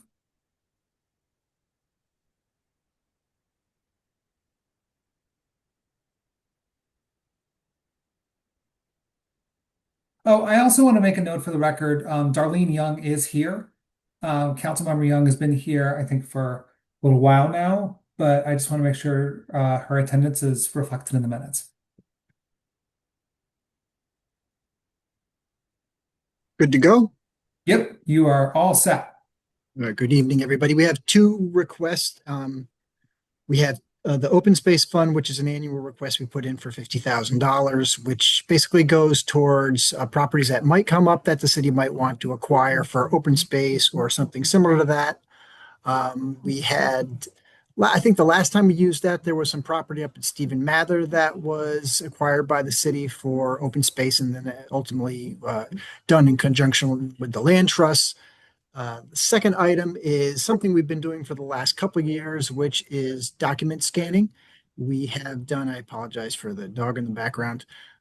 We have been doing that for the last couple of years, and that's related to two initiatives. One, we did the field cards, 1929, 1959, 1971, and 1983. Those cards are all scanned. There were a total of over 90,000 records. They average about 5 pages per record. And on those records, they'll hopefully be accessible to the public any day now. The one holdup was the firm that did the scanning for us wanted a second part identification as part of that process. And they were going to collect the residents' phone numbers with that. And we felt that was not necessary or appropriate. So we've asked them to go back and revise their security parameters to, not require that. Hopefully that gets rectified any day now. The second piece of that is we're scanning the building permits and eventually the zoning permits. To date, we've done 1923 to 1986 and about 54,000 records. And, those average about 17 pages per record. And we've done also large set plan sets. So those like a whole different grouping that the building department has in the basement. And we've done about 2,000 records to date on those. And those average about 20 pages a piece. And if you've ever seen the building department records on those old plans, like, say they're for the high school, those are, 36 by 48 size sheets. They're big rolls. All the staples have to come out. We're scanning every page. So every record eventually be updated.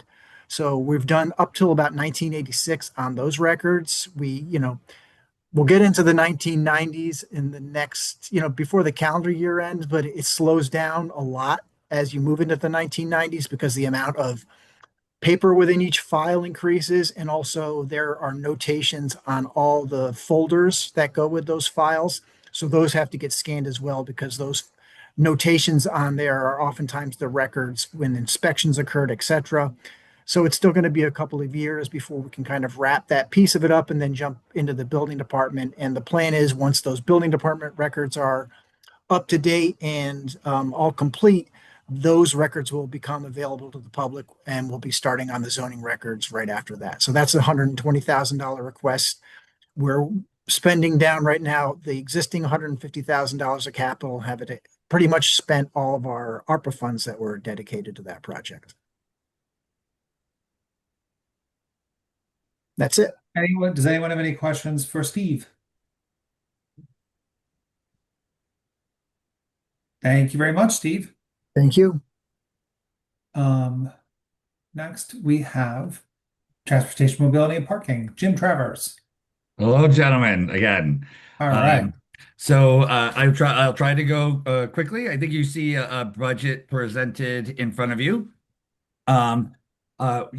I think we felt pain as well as many other departments. The budget that you see has a 38% reduction from what our requests were.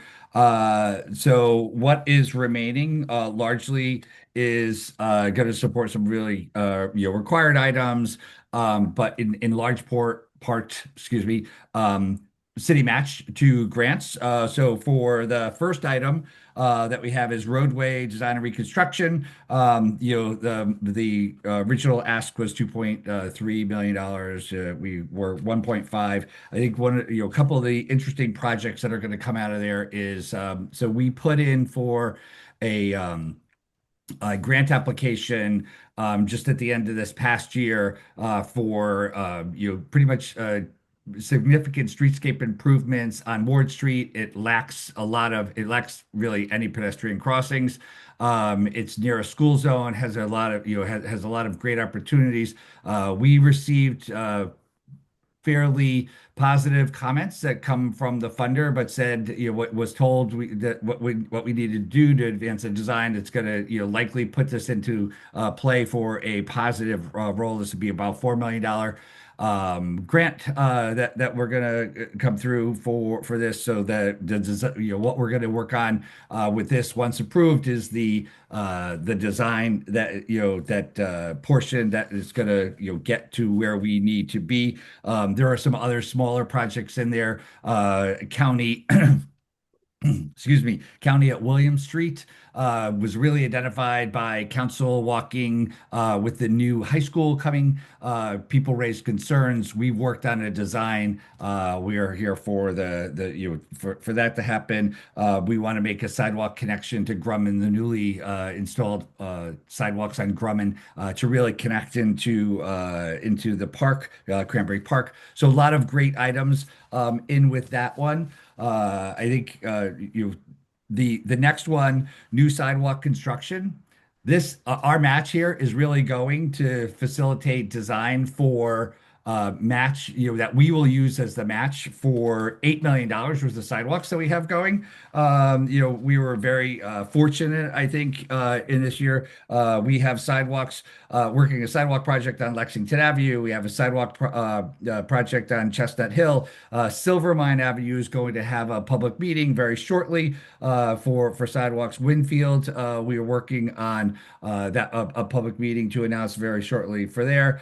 We have a sidewalk gap on Taylor Avenue that has been called out for a number of times. It needs a bit of a retaining wall to make it happen. We're very much committed to making that. So all of that will go into reinvestment and reclaiming about $8 million worth of grants that come in there.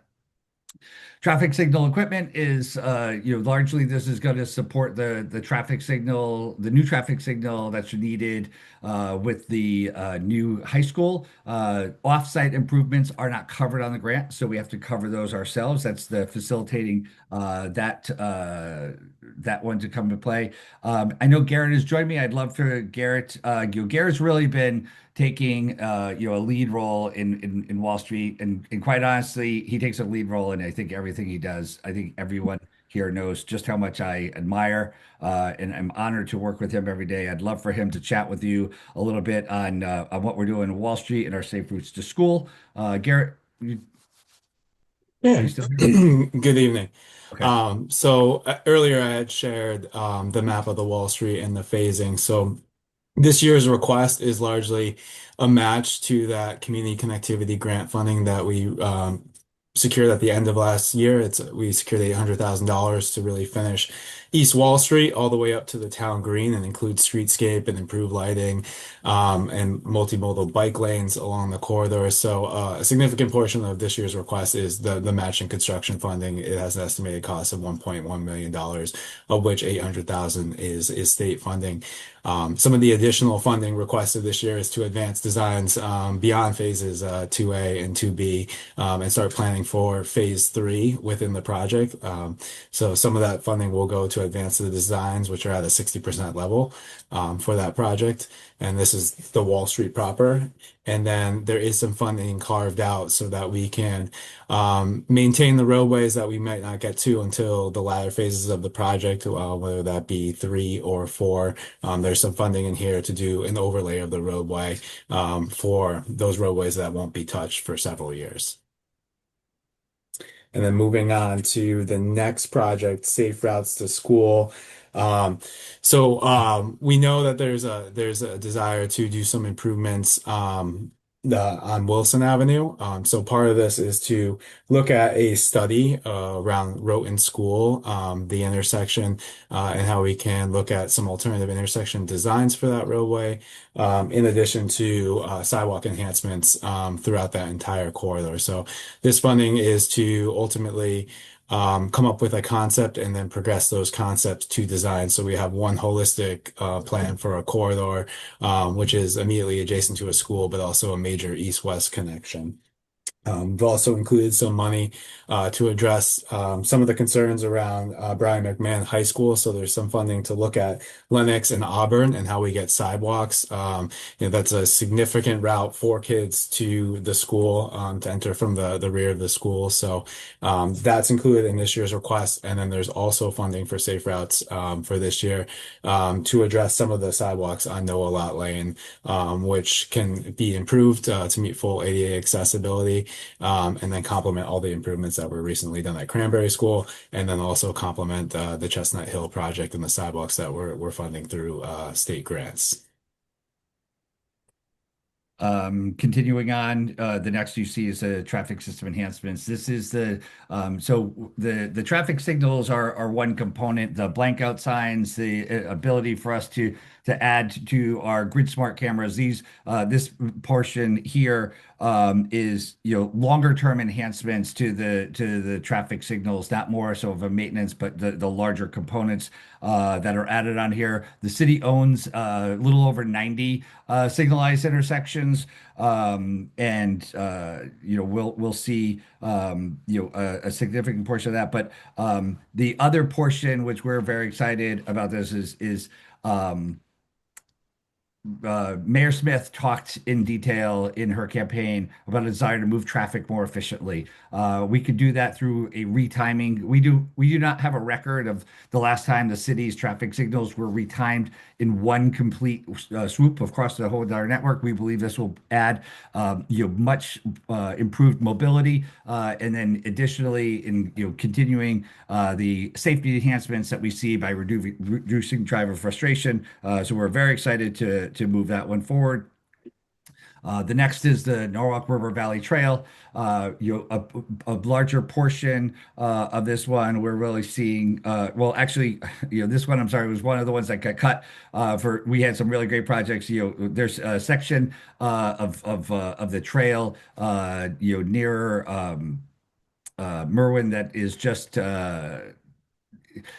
It has lived its life and is in need of replacement. It doesn't make for a good trail. That will be the only thing that we actually get out of the face for this one. The next is a traffic signal bucket truck. So what happens today is when we have larger items, we have to contract with another person to come out. We have we don't have a bucket truck that could withstand the light pole. So for example, we had recently a light pole that was struck. It was leaning over. We had to secure until we can get another company out there to do it. We need to have the equipment to safely do it, and this will be a bucket truck that will also be able to be used not only for those emergencies, but for us to maintain our traffic signals. We just don't have one that has the capability of lifting the amount of signals to safely get someone up there and get it on. So very looking forward to having that necessary truck in with us. The next one is pavement markings. We have been really making a lot of headway in defining the roadway, making it more accessible for cyclists, really defining the movements of the pedestrians, unifying the travelway. We'll continue that process in that aspect with our safety markings. The streetlights, this is a minimal investment to the amount of streetlights that we have. But as I talked to you earlier, we have had instances where they have been either struck, or when they're struck and we know the vehicle that's struck, we go after the insurance for the claim for that repair. When it's a hit and run for these equipments, that's when it becomes, our budget that has to do it. But also we've had some that are aging and that the bases have rusted out. So that the minimal investment is to maintain that. And then that was the last item that held in its security for all of those. We have on here, and we'll continue on to have on here, is the Seaview Avenue corridor improvements. I think many of you saw or participated in some of the meetings. We believe that should we are able to bring this to full design, that we will be able to secure funding to make this project happen. But unfortunately, in a tight budget year, items had to get cut. We really had to prioritize where we had existing grants and where we needed funding for a city match for those grants. And that's what you see, a large budget that came with us today. But we will continue to move forward with that. We think it's a valuable project to do, as well as the crosswalk you'll see continue it in years, and Calf Pasture Beach Road. Happy to answer any questions on the budget as presented. Does anyone have any questions for Jim or Garrett? Councilmember Fryer. Thanks very much, Jim and Garrett. How do you handle grant money? Would you, for something that might not be on your list here, if there was conceivable grant money, would you still move these things around, or this is the only ones that you could have grant money for? So there are times that we do the application, right? And such as these, we do the application and we plan the workload so that it would be able to facilitate the next year. If that grant had a specific requirement that maybe needed to get bumped up, we would look to maybe move this.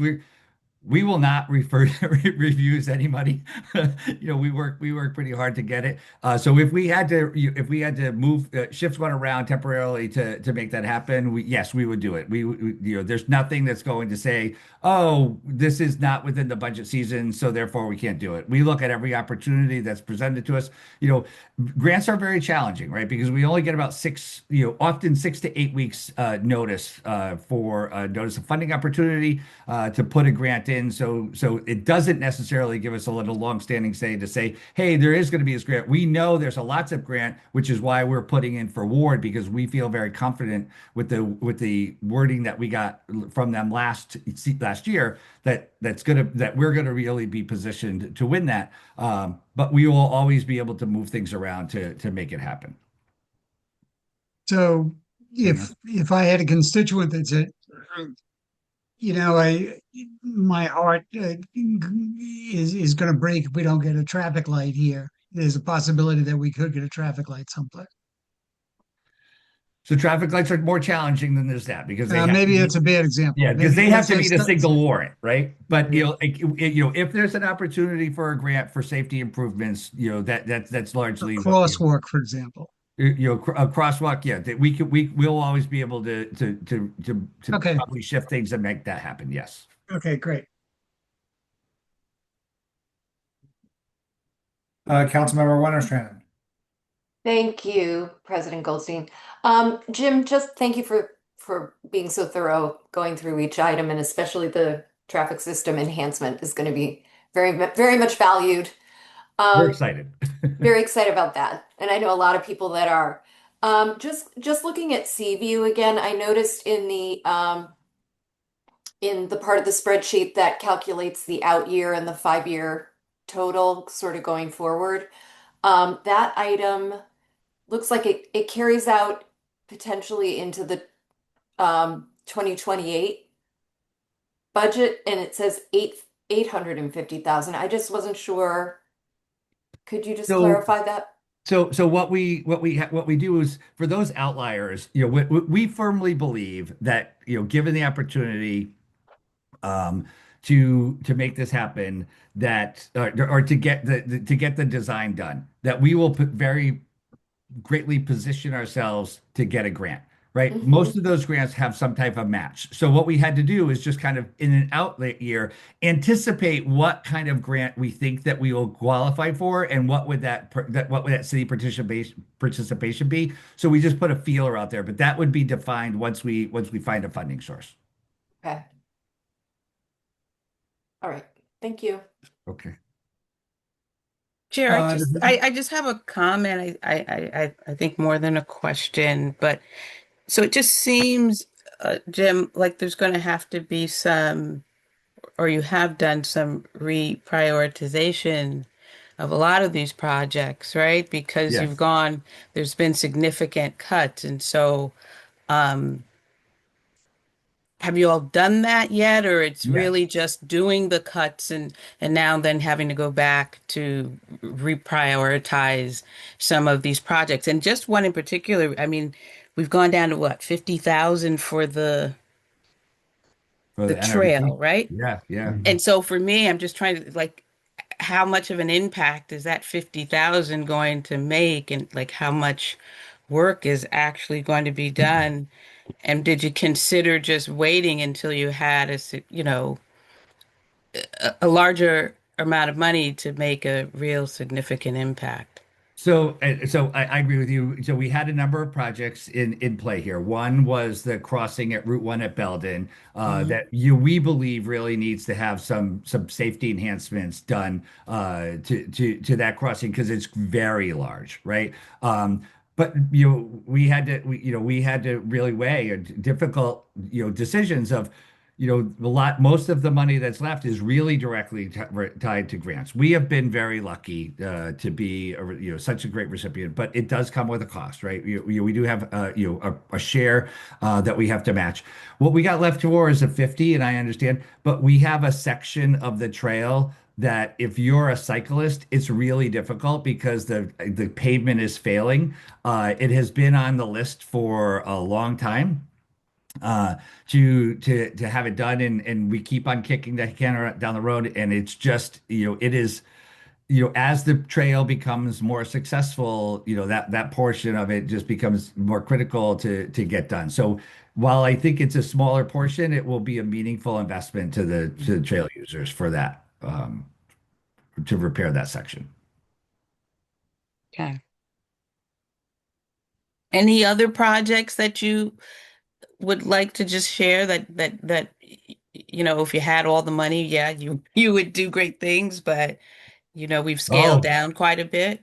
Yeah, Seems like I mean, we always look. We try to put forth a budget that we think is that we have the capability and the capacity to do, that we can do funding, and that's meaningful, right? Seaview Avenue is one that we had to take off simply because we didn't have a guaranteed grant on that one yet.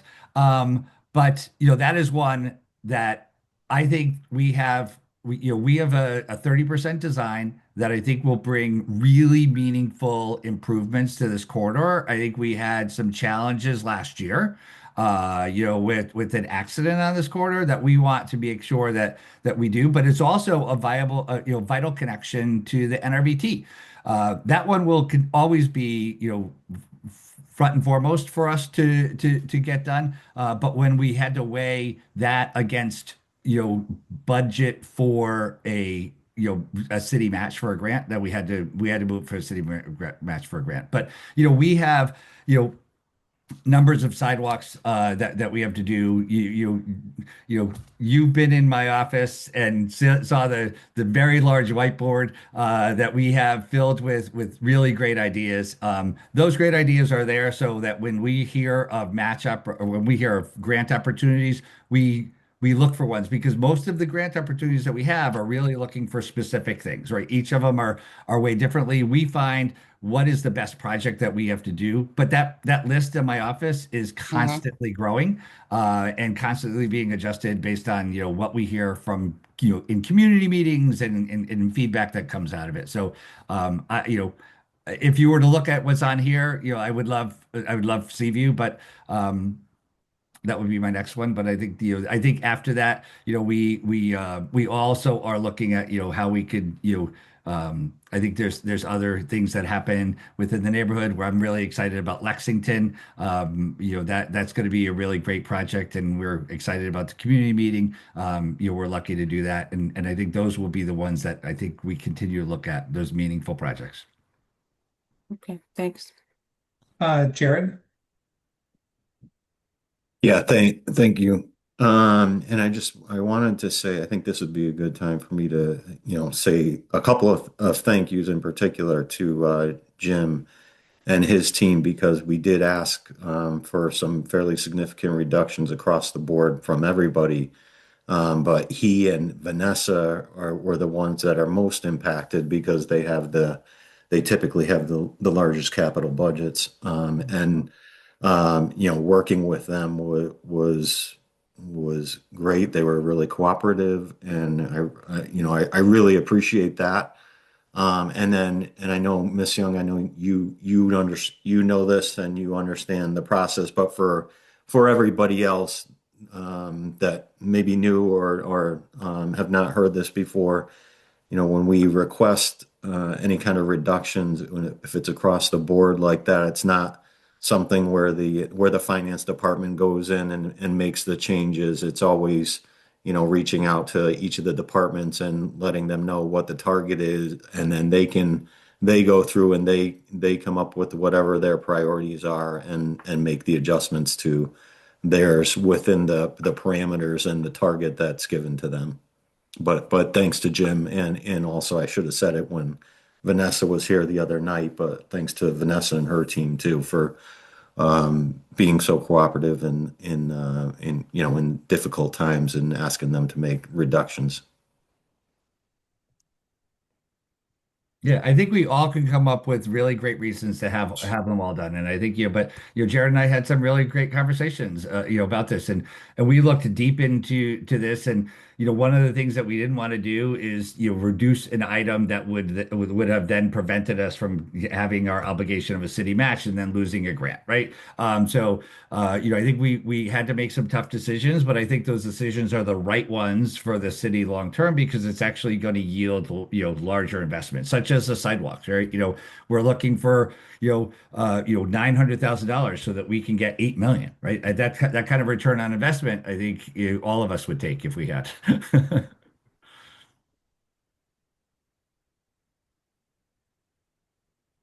Does anyone else have any questions for Jim or Garrett? Obviously, I join in the thanks, and this is not easy for anybody, so I appreciate everyone's efforts here. Okay. Arts and Cultural Commission is next.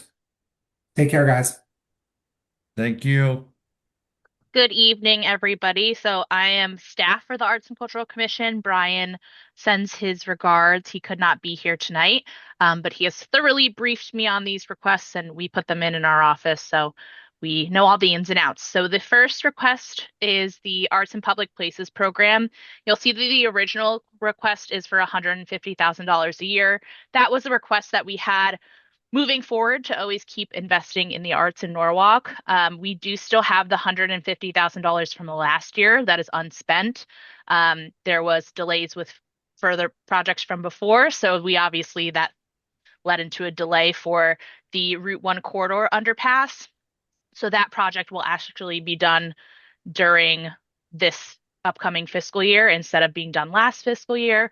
But the smaller request, which is the $24,520 that is in here, is actually for signage to go kind of with the wayfinding plan that we heard about tonight.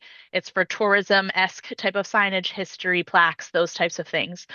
So you'll see that request there. The second request is for a public art inventory. And for those of you who have been on the council for a while, this request has been in the budget for, I think, 5 years now. We have over 80,000 pieces of art in the city of Norwalk, and we do not have a comprehensive inventory on those pieces. There are some in basements of City Hall, at the Transit District, in the basement of the library. They're kind of everywhere. And because we don't know where they are, We can't value them. We can't insure them. We can't make sure they're properly maintained, things of that nature. So once this is complete, not only will the inventory be accessible to the public digitally, but it'll also give us means to be able to insure pieces, see how much we have in our inventory and where we want to place those, ones we might want to preserve, ones that we may want to restore, things of that nature going forward. This is very important when it comes to things like the bond rating presentations. If we have a public art inventory that is, worth hundreds of thousands of dollars or even millions of dollars, knowing that information that we have those assets is really important. So we're grateful to have this funded this year, and I'm happy to take any questions that you might have.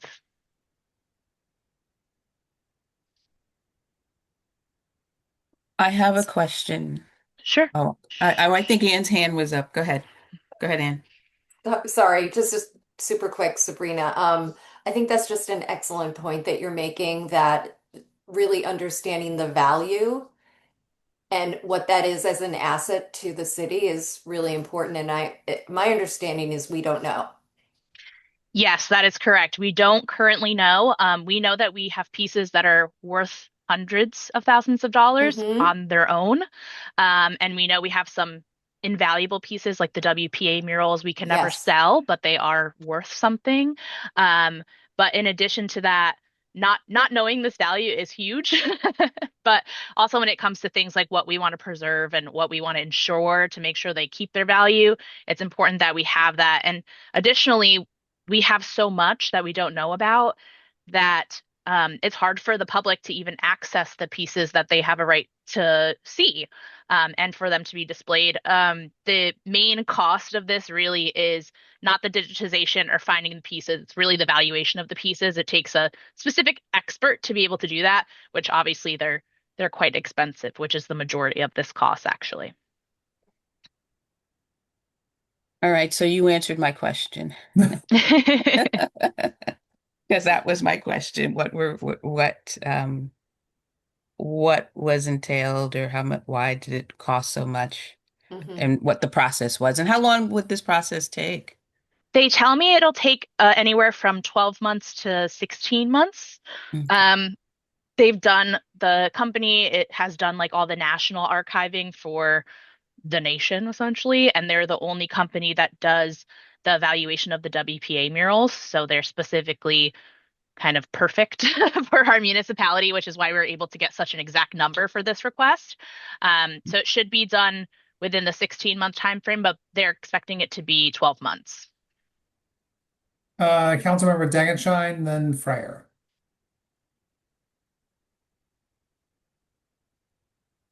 Thank you, President Goldstein. I wanted to know if any or all of the artwork that we're aware of is presently insured. I don't believe so. There are some pieces that are in the public realm, like sculptures and things like that, that do have additional insurance on them, for a variety of reasons, not only for them to get damaged, but for, if something were to happen, like somebody were to crawl on a sculpture and get injured, things like that. So we protect ourselves as the city from that. Also, all of our art that is publicly displayed outdoors, any act of God that may damage a piece. For example, when we had Sandy and the mural that is the tiled mural that's at the beach that got damaged, that was covered by insurance to replace that piece and fix that piece. So some pieces they're mainly the ones that are displayed outdoors. Thank you. Councilmember Fryer. Thank you. Sabrina, you made a comment, and I don't know whether you meant it or not, but it'd be difficult to get to all of these pieces of art. Do we know where all the art is? Through David Westmoreland being the rock star that he is, he knows where most of the pieces are. Our building management department also knows where most of the pieces are. We know we have some in the South Norwalk train station. We have some obviously displayed in the public realm, which we know where all of those are. We have some displayed in the transit district, some in the historical society, and obviously some in City Hall. So we know where they are. We just don't know how many there are once we actually get down to it. We don't know how many they are. How do we know whether we got them all? We are estimating, for the quote, we estimated about 60,000 pieces. We don't know. There was no inventory ever done, so we don't know. We'll have a better idea of our total inventory once we kind of go digging.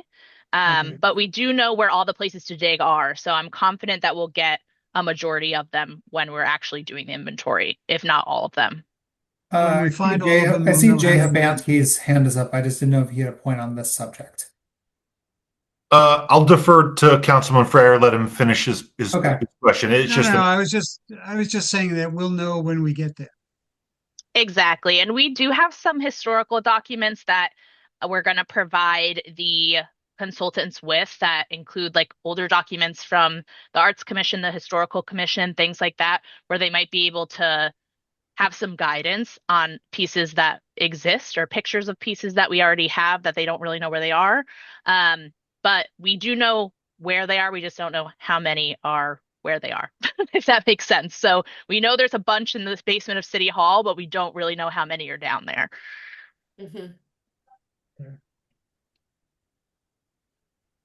And I really just wanted to add that, Sabrina and I and David Westmoreland, we were all kind of chatting about how, with the culmination of the Arts and Cultural District Plan wrapping up, Norwalk having the largest arts and cultural district in the state of Connecticut, that whether it's happenstance or excellent strategy, I mean, the stars are really aligning on executing on a project like this. We really hope that, if we think the value that is in our art inventory is there, what we think is there, this is really going to be, one of the crown jewels kind of on this arts and district trail, and really kind of serving as the backbone for this. So I think the stars are really aligning, and the timing is just perfect to execute on a project like this. So I think the only concern I had was that, there's a possibility that people that worked in City Hall years ago or worked in different departments walked off with stuff. And do we know whether somebody walked off with something that could be very, very valuable? It's any number of things. Okay. Yeah, from my understanding, that has never happened that we know of. When somebody leaves when somebody leaves an office, everything that's in there that's not personally owned is left there. So we don't know the answer to that. But in all honesty, a lot of the pieces that we do own are very large. So it would be quite hard for somebody to walk out of City Hall with a larger, more valuable item. Yeah, and I think we don't know what we don't know, right? And without the inventory, I think that we'll always be asking, these questions, right? And so this will allow us to kind of get the baseline to make more strategic decisions going forward. Exactly. Good luck. Thanks. Okay. Does anyone else have any other questions? Well, then last one, business development tourism, Sabrina again. Yes, hello again. So the first request here is for special events. Our original request was $250,000. We did cut that down as the Christmas tree contract is no longer active. We had a 3-year contract and that is completed, so that cost is removed from that budget now. We have the $215,000, and I know there's a lot of questions about the breakdown of that, so just very quickly, 50% of that, so $100,000 of that goes to a soundstage and lighting contract, which is who we have to provide all of those things for all of our events throughout the year. That did go out to bid, and we are on our second of 3 years of completing that contract. 25% of that actually goes back to ourselves. So it goes to paying for parks, paying for police officers, and paying DPW. And 20% of that budget goes to the actual performers, attractions, activities that we have at the actual events. And then the last 5% actually goes to EMS costs. So a lot of that, we really only do all the events we do with 20% of that budget. We're working on a strategy with the new administration to go more forcefully with our sponsorship packaging. So we're excited for that to lower this cost moving forward. We are expecting the same in-kind donations that we've received from our partners going forward, which is really something that we've depended on and has helped keep this budget lower. And we're excited to bring back all the events next year that we have in the past that are really just seeing more and more attendance over time. This is a major pivotal point, including our marketing that's in our operating budget that promotes tourism and brings people to the city of Norwalk and supports our businesses. We did do a complete analysis for the Board of Estimate on the received dollars and economic impact. So if you would all love to see that, I'd love to show it to you all. But essentially it says that we do end up making a profit. The city ends up making a profit, not in an actual dollar amount, but from economic impact for all the things that we're doing versus what we're actually requesting to do that with. And the second request here is the Small Business and Main Streets program, $100,000. We normally request $200,000, which essentially means we could provide more programming. But with the $100,000 that we have had approved this year, 50 of that goes to the storefront improvement program. So that's actually improving facades on the street. We have had great success with this program. We have always spent over the amount of that $50,000 year over year. And the other $50,000 goes to our very popular innovations program, which actually goes to start new businesses in the city. And we prioritize those who are going to be opening storefront locations or actual physical locations in the city of Norwalk. And those can't be single proprietorships or just a sole entrepreneur. Those have to have employees associated with them. So that's the other program. The reason why we were great with cutting this in half is because we are getting a $1 million grant, SIF grant from the state of Connecticut that's specifically going to storefront programs on Washington Street. So we're excited to execute on that going forward this year as well. Thank you, Sabrina. Anyone have any questions? Okay.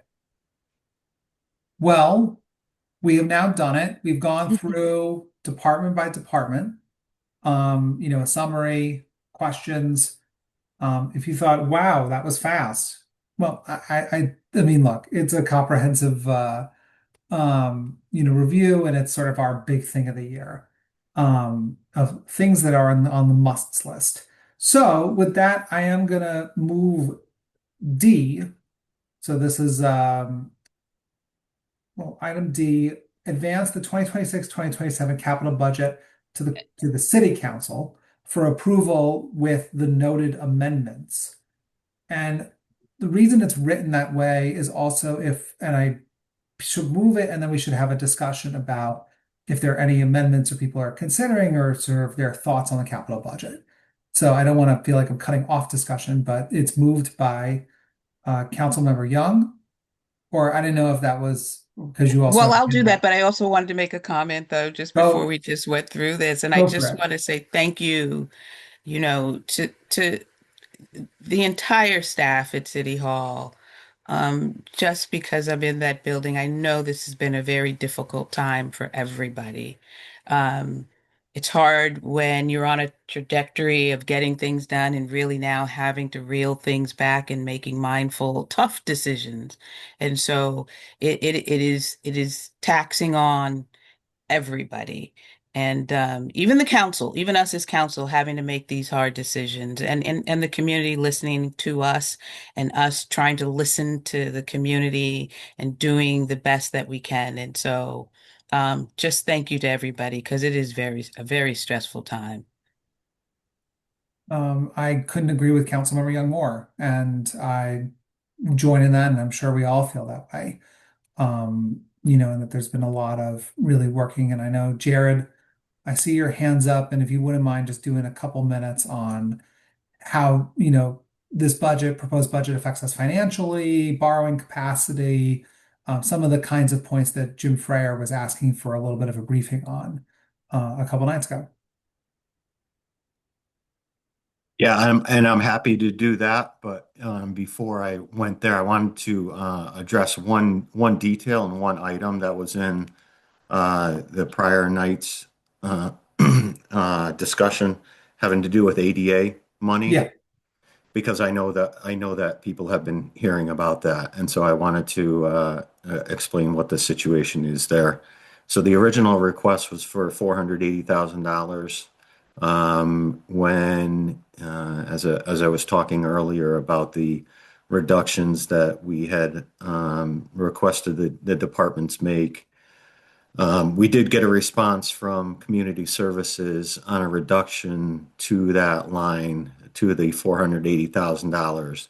Their request or their change was to reduce it by $144,000, which would bring it down to $336,000. I don't have an explanation for why it ended up being eliminated in the final version.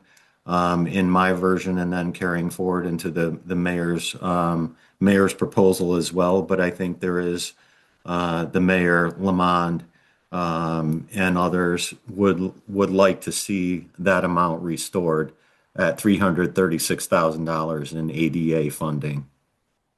And I think that's something that would be welcomed by this committee and by the council.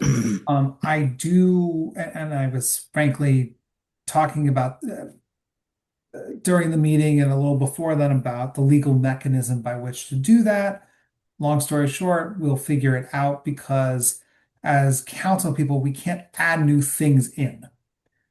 So I do think we'll work with council and make sure that this is done appropriately, but I had a feeling this was going to happen this way, and I think it's something that would be welcomed by everybody.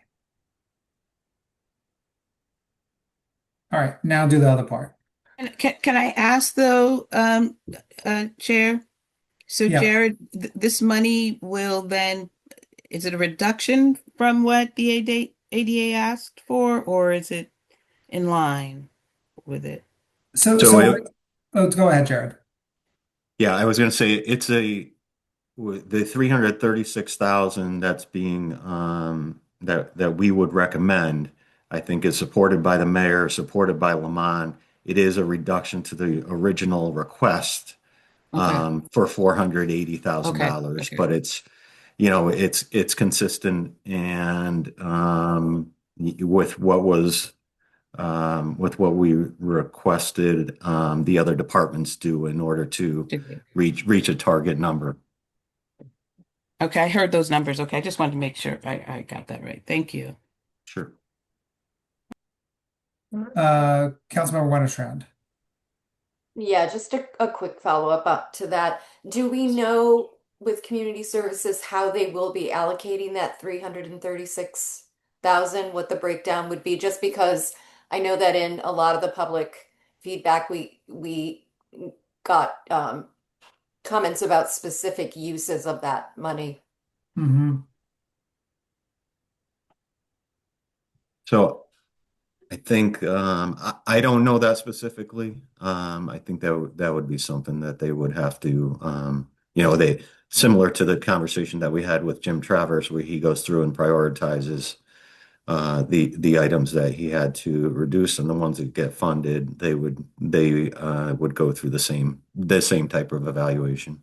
Correct. And the letter that I sent you guys that was from public comment from the chair of the ADA committee does do that. The senior center is the $150,000 of that money, Correct. which was the one that they wanted to prioritize. Okay, thank you, Yep. Sabrina. Thank you, Sabrina. Yep. But there will be some version of a revised request there, and it's just a matter of the how. Councilmember Fryer. Going back to the other night, I think there was one item where, was it Historical Society that we agreed that it was going to be 250,000? Yeah, so I was gonna add this in, which is I did have some subsequent conversations offline with the city about this, just to make sure that that was on the up and up. It is my understanding from the mayor's office and some others that that is something that we should consider doing. And it's a motion that I or someone else would make I mean, we could certainly issue that recommendation My now. point is that this more or less offsets that. It does more or increase. less offset that. A lot And of that's it. something that I was planning on doing, and I just wanted to just cross my T's and dot my I's. But just so in case for those of you who weren't here 2 days ago, and you can see on the first page on the Historical Commission, there's a line about the basically repairs to the Lockwood Mansion. The recommended amount from the mayor's office is 1.5 million, but really the adequate amount, according to David Westmoreland and a number of people involved in the projects and dealing with the architect, is 1.25 million. And so what we would be doing is making a motion to reduce, an amendment to reduce the capital budget for that item by $250,000. And what Jim's saying is that we could then reallocate those funds to ADA to offset most of the issue here, and then we can kind of figure out the rest. And so the end of what I was going to say is that maybe we can have a conversation with community services to see if they indeed could live with the 250,000. Then there's no need for any. It would make things a lot cleaner, I think, if we could do that. Yeah, but and look, and just as a reminder for everyone, we tonight, the vote that would occur is going to be advancing this to the full council. However, of course, you can make amendments and motions and stuff at the full council. So we do have some time here, and we would be taking this up at our meeting on the 14th, because that's the first meeting of the month. I mean, we're voting on the total amount. Yeah, so we're voting to advance the mayor's recommended budget with any amendments to the full council. When it comes to the full council, you can still make amendments and adjust the total and stuff like that. Yes. So why don't we just make the amendments in the committee, and then it goes. We can. And then when we bring it to the council, it should be a slam dunk. I retract that because I've been to the council before and it didn't go that smoothly. Yeah, but sometimes theoretically it should be. Yeah, I mean, look, it's just two. It would be two motions, wouldn't it? It would just be to add the 3 and change, and less the 250. Yeah, I mean, look, I want to be cautious here on how we deal with the ADA portion of this. I have no problem making the amendment to reduce the Lockwood Mansion part by the 250. It's the next step, because I just, the 336 number, I want to know, I would want to have a couple conversations before we just do it.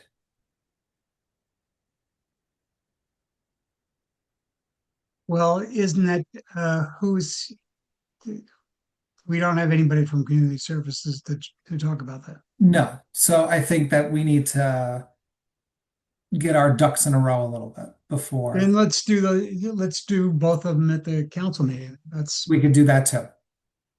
Perfectly available option. And I think it's important to note, I think for the record here, obviously that we've had this discussion, and we'll talk about this in the run up to the meeting. And of course, we'll talk about this at the meeting.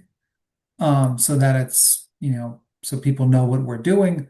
But based on what we heard at the meeting a couple of nights ago, and I know that there have been some subsequent conversations to make sure that it's accurate, I would be I fully anticipate that there will be a motion to reduce the Lockwood budget by $250,000. Then we'll figure out the ADA part, but that there will be some restoration to the ADA transition plan budget here.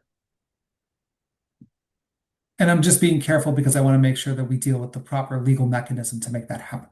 And I just don't know the exact answer to that at this moment. But we'll figure it out.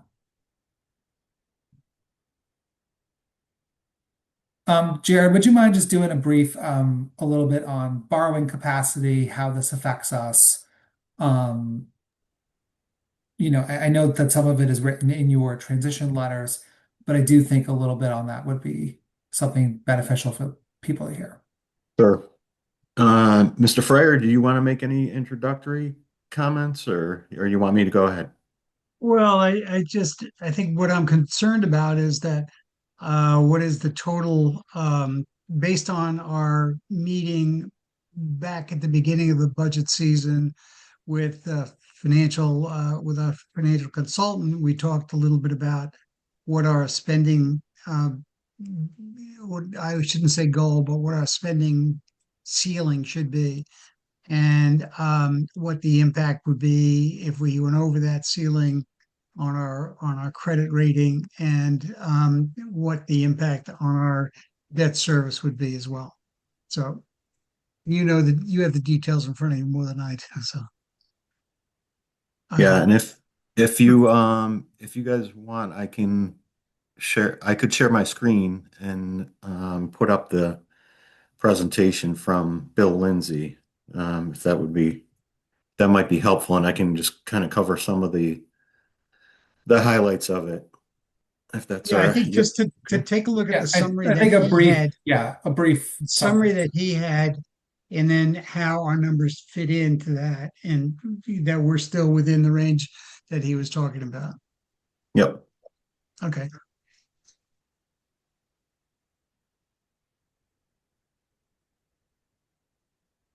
All right, so I'm going to skip down to that page that has, what we typically call the waterfall.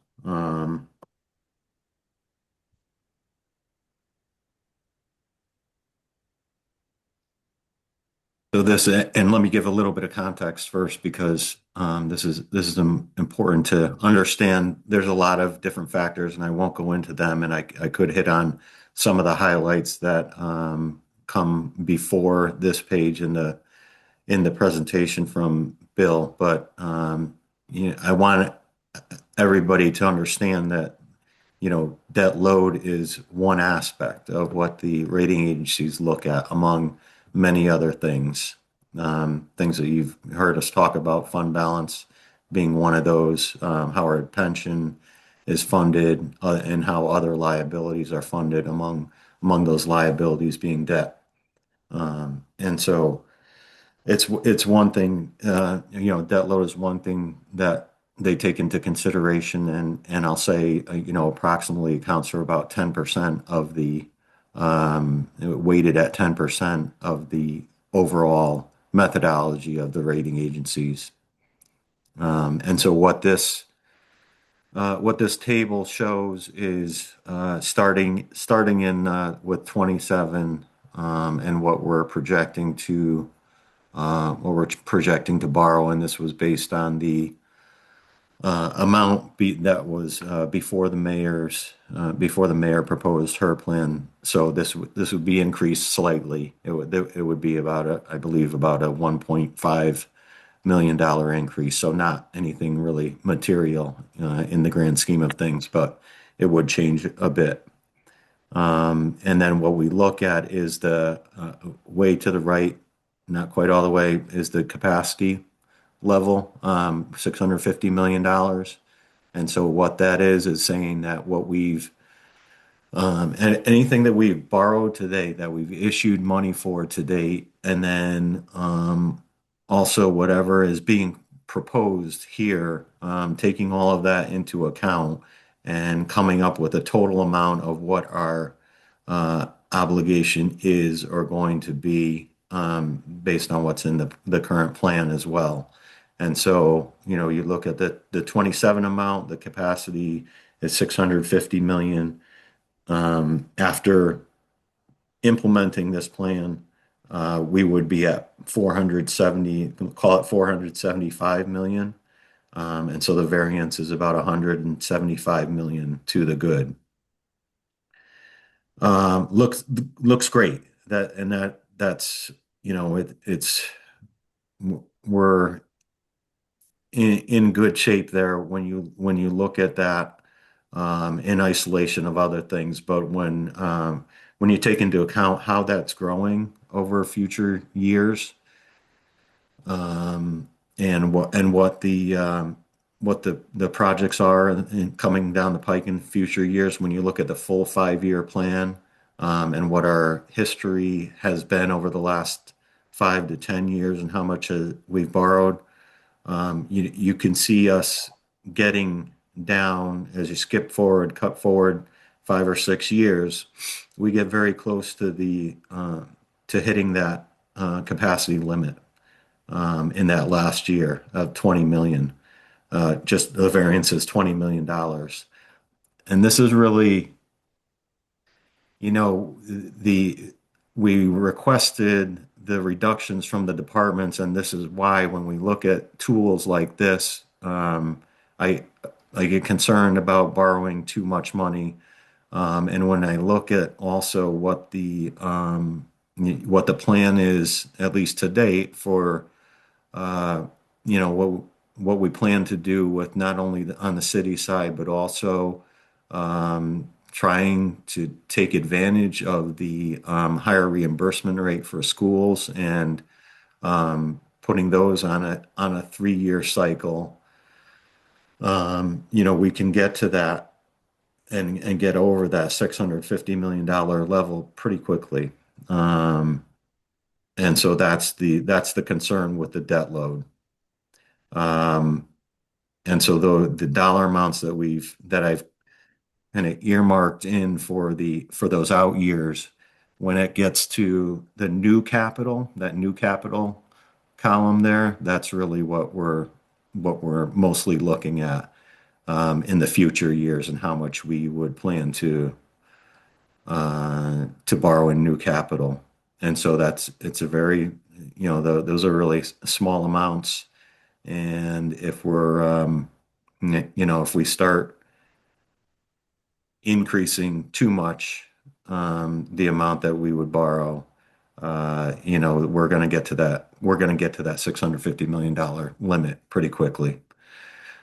So we'll continue to work on this. I thought that what we did last year and what we did this year as a second step in terms of getting the traditional amount down were good steps. We're going to have to continue to work on that in future years as well so that we can stay well clear of the $650 million mark. Because, as I mentioned, this is one aspect of it. This is one aspect of what the rating agencies are looking at. And so they're going to take into account other factors as well. One, as we know from last year's bond issuance, was the fund balance was a large issue with one of the rating agencies in particular. And so they are, we know that we've got $8 million programmed into the current year budget to take out a fund balance. And then in the FY27 budget, another $7 million that we're budgeting out of fund balance. And so that, once again, it's going to be a conversation. And so when you take those two things combined, we get concerned about that. In the past, the fund balance has been and our liquidity has been a pretty fairly solid talking point for us. But as we start to eat into that each year, it becomes more of a conversation with the rating agencies. And so that's why we're concerned about the debt. And then in combination with some of the other factors that they will take into account, the positives that we have going for us are pension funded, our pension ratio, which is funded between 70 and 80%, depending on which pension you're talking about, which pension system you're talking about. And then our OPEB is phenomenal at over 100% funded. And so that helps to offset some of the things that we see with regard to debt load and with regard to the fund balance. Because if you look at each one of the factors individually within each of the methodologies, they'll grade each factor with the same type of grading, whether it's A, AA, AAA, as they do with the overall rating. And a lot of those, when they total those up, they come up to something less than AAA. So if you just looked at those, you would think, oh no, we're going to be at a AA or something like that, or AA plus or or something less than AAA. But there is some, they have some wiggle room to make adjustments and look at, not just the aggregate, the sum of all the parts, but also to look at the whole picture and make a judgment about what, the economics and ability to pay of the city and other things like that to be able to give us the AAA rating. But again, we do need to be cognizant that a lot of those individual factors are rated less than AAA, and we are concerned about the debt, the overall debt, and the fund balance. Can I just add too that on the fund balance, in the past, when we have, and we've seen a little bit of a surplus at the end of the year when you do the final analysis, this year we're not going to have that rollover from last year, which tended to replace what we had taken out of the fund balance the year before. Is that right? Yeah. So, last year when we took money out, we kind of anticipated that we were going to put more money back in. So it's taking it out, putting it back in. This year, the chances of us putting back in what was it, 7 million we took last year? 8 million in the current year 8 budget, million we took 7 last year, program so for 27. yeah. So even though we're taking less out, we didn't put more in to build that fund up the way we usually do. Right.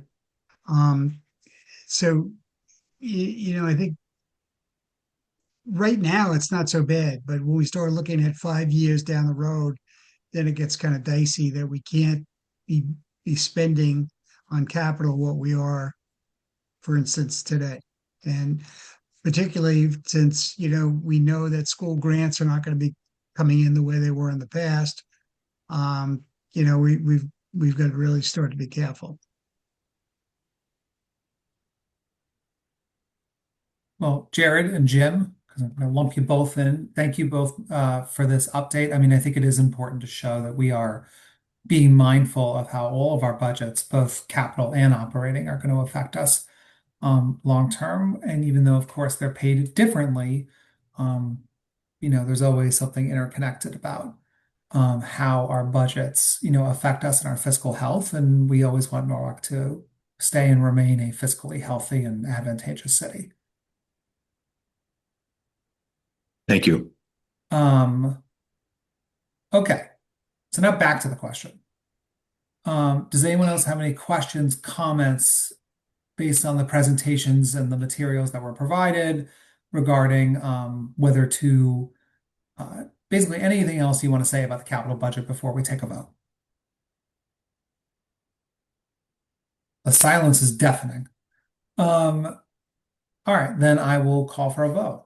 All in favor of moving the 2026, advancing the 2026-2027 capital budget to the City Council for approval with the discussed amendments. So moved. Okay, that is unanimous. Thank you, everybody. This has been a good week. We've definitely had a thorough discussion here. And of course, we'll have continuing, conversation and, and of course, there'll be another discussion at our meeting on the 14th about this. So with that, I'll take a motion if anyone's got one. Motion to adjourn. All right. I got to say that one loud. Yeah. All right. Thank you, Councilmember Young. All in favor? Thank you so much, Jared and all, Sabrina and Jay. Thank you. And staff. You guys have done such a great job. So thank you all. Good night, Thanks a everybody. lot. Thanks, everyone. Thank you, everybody. Thank you.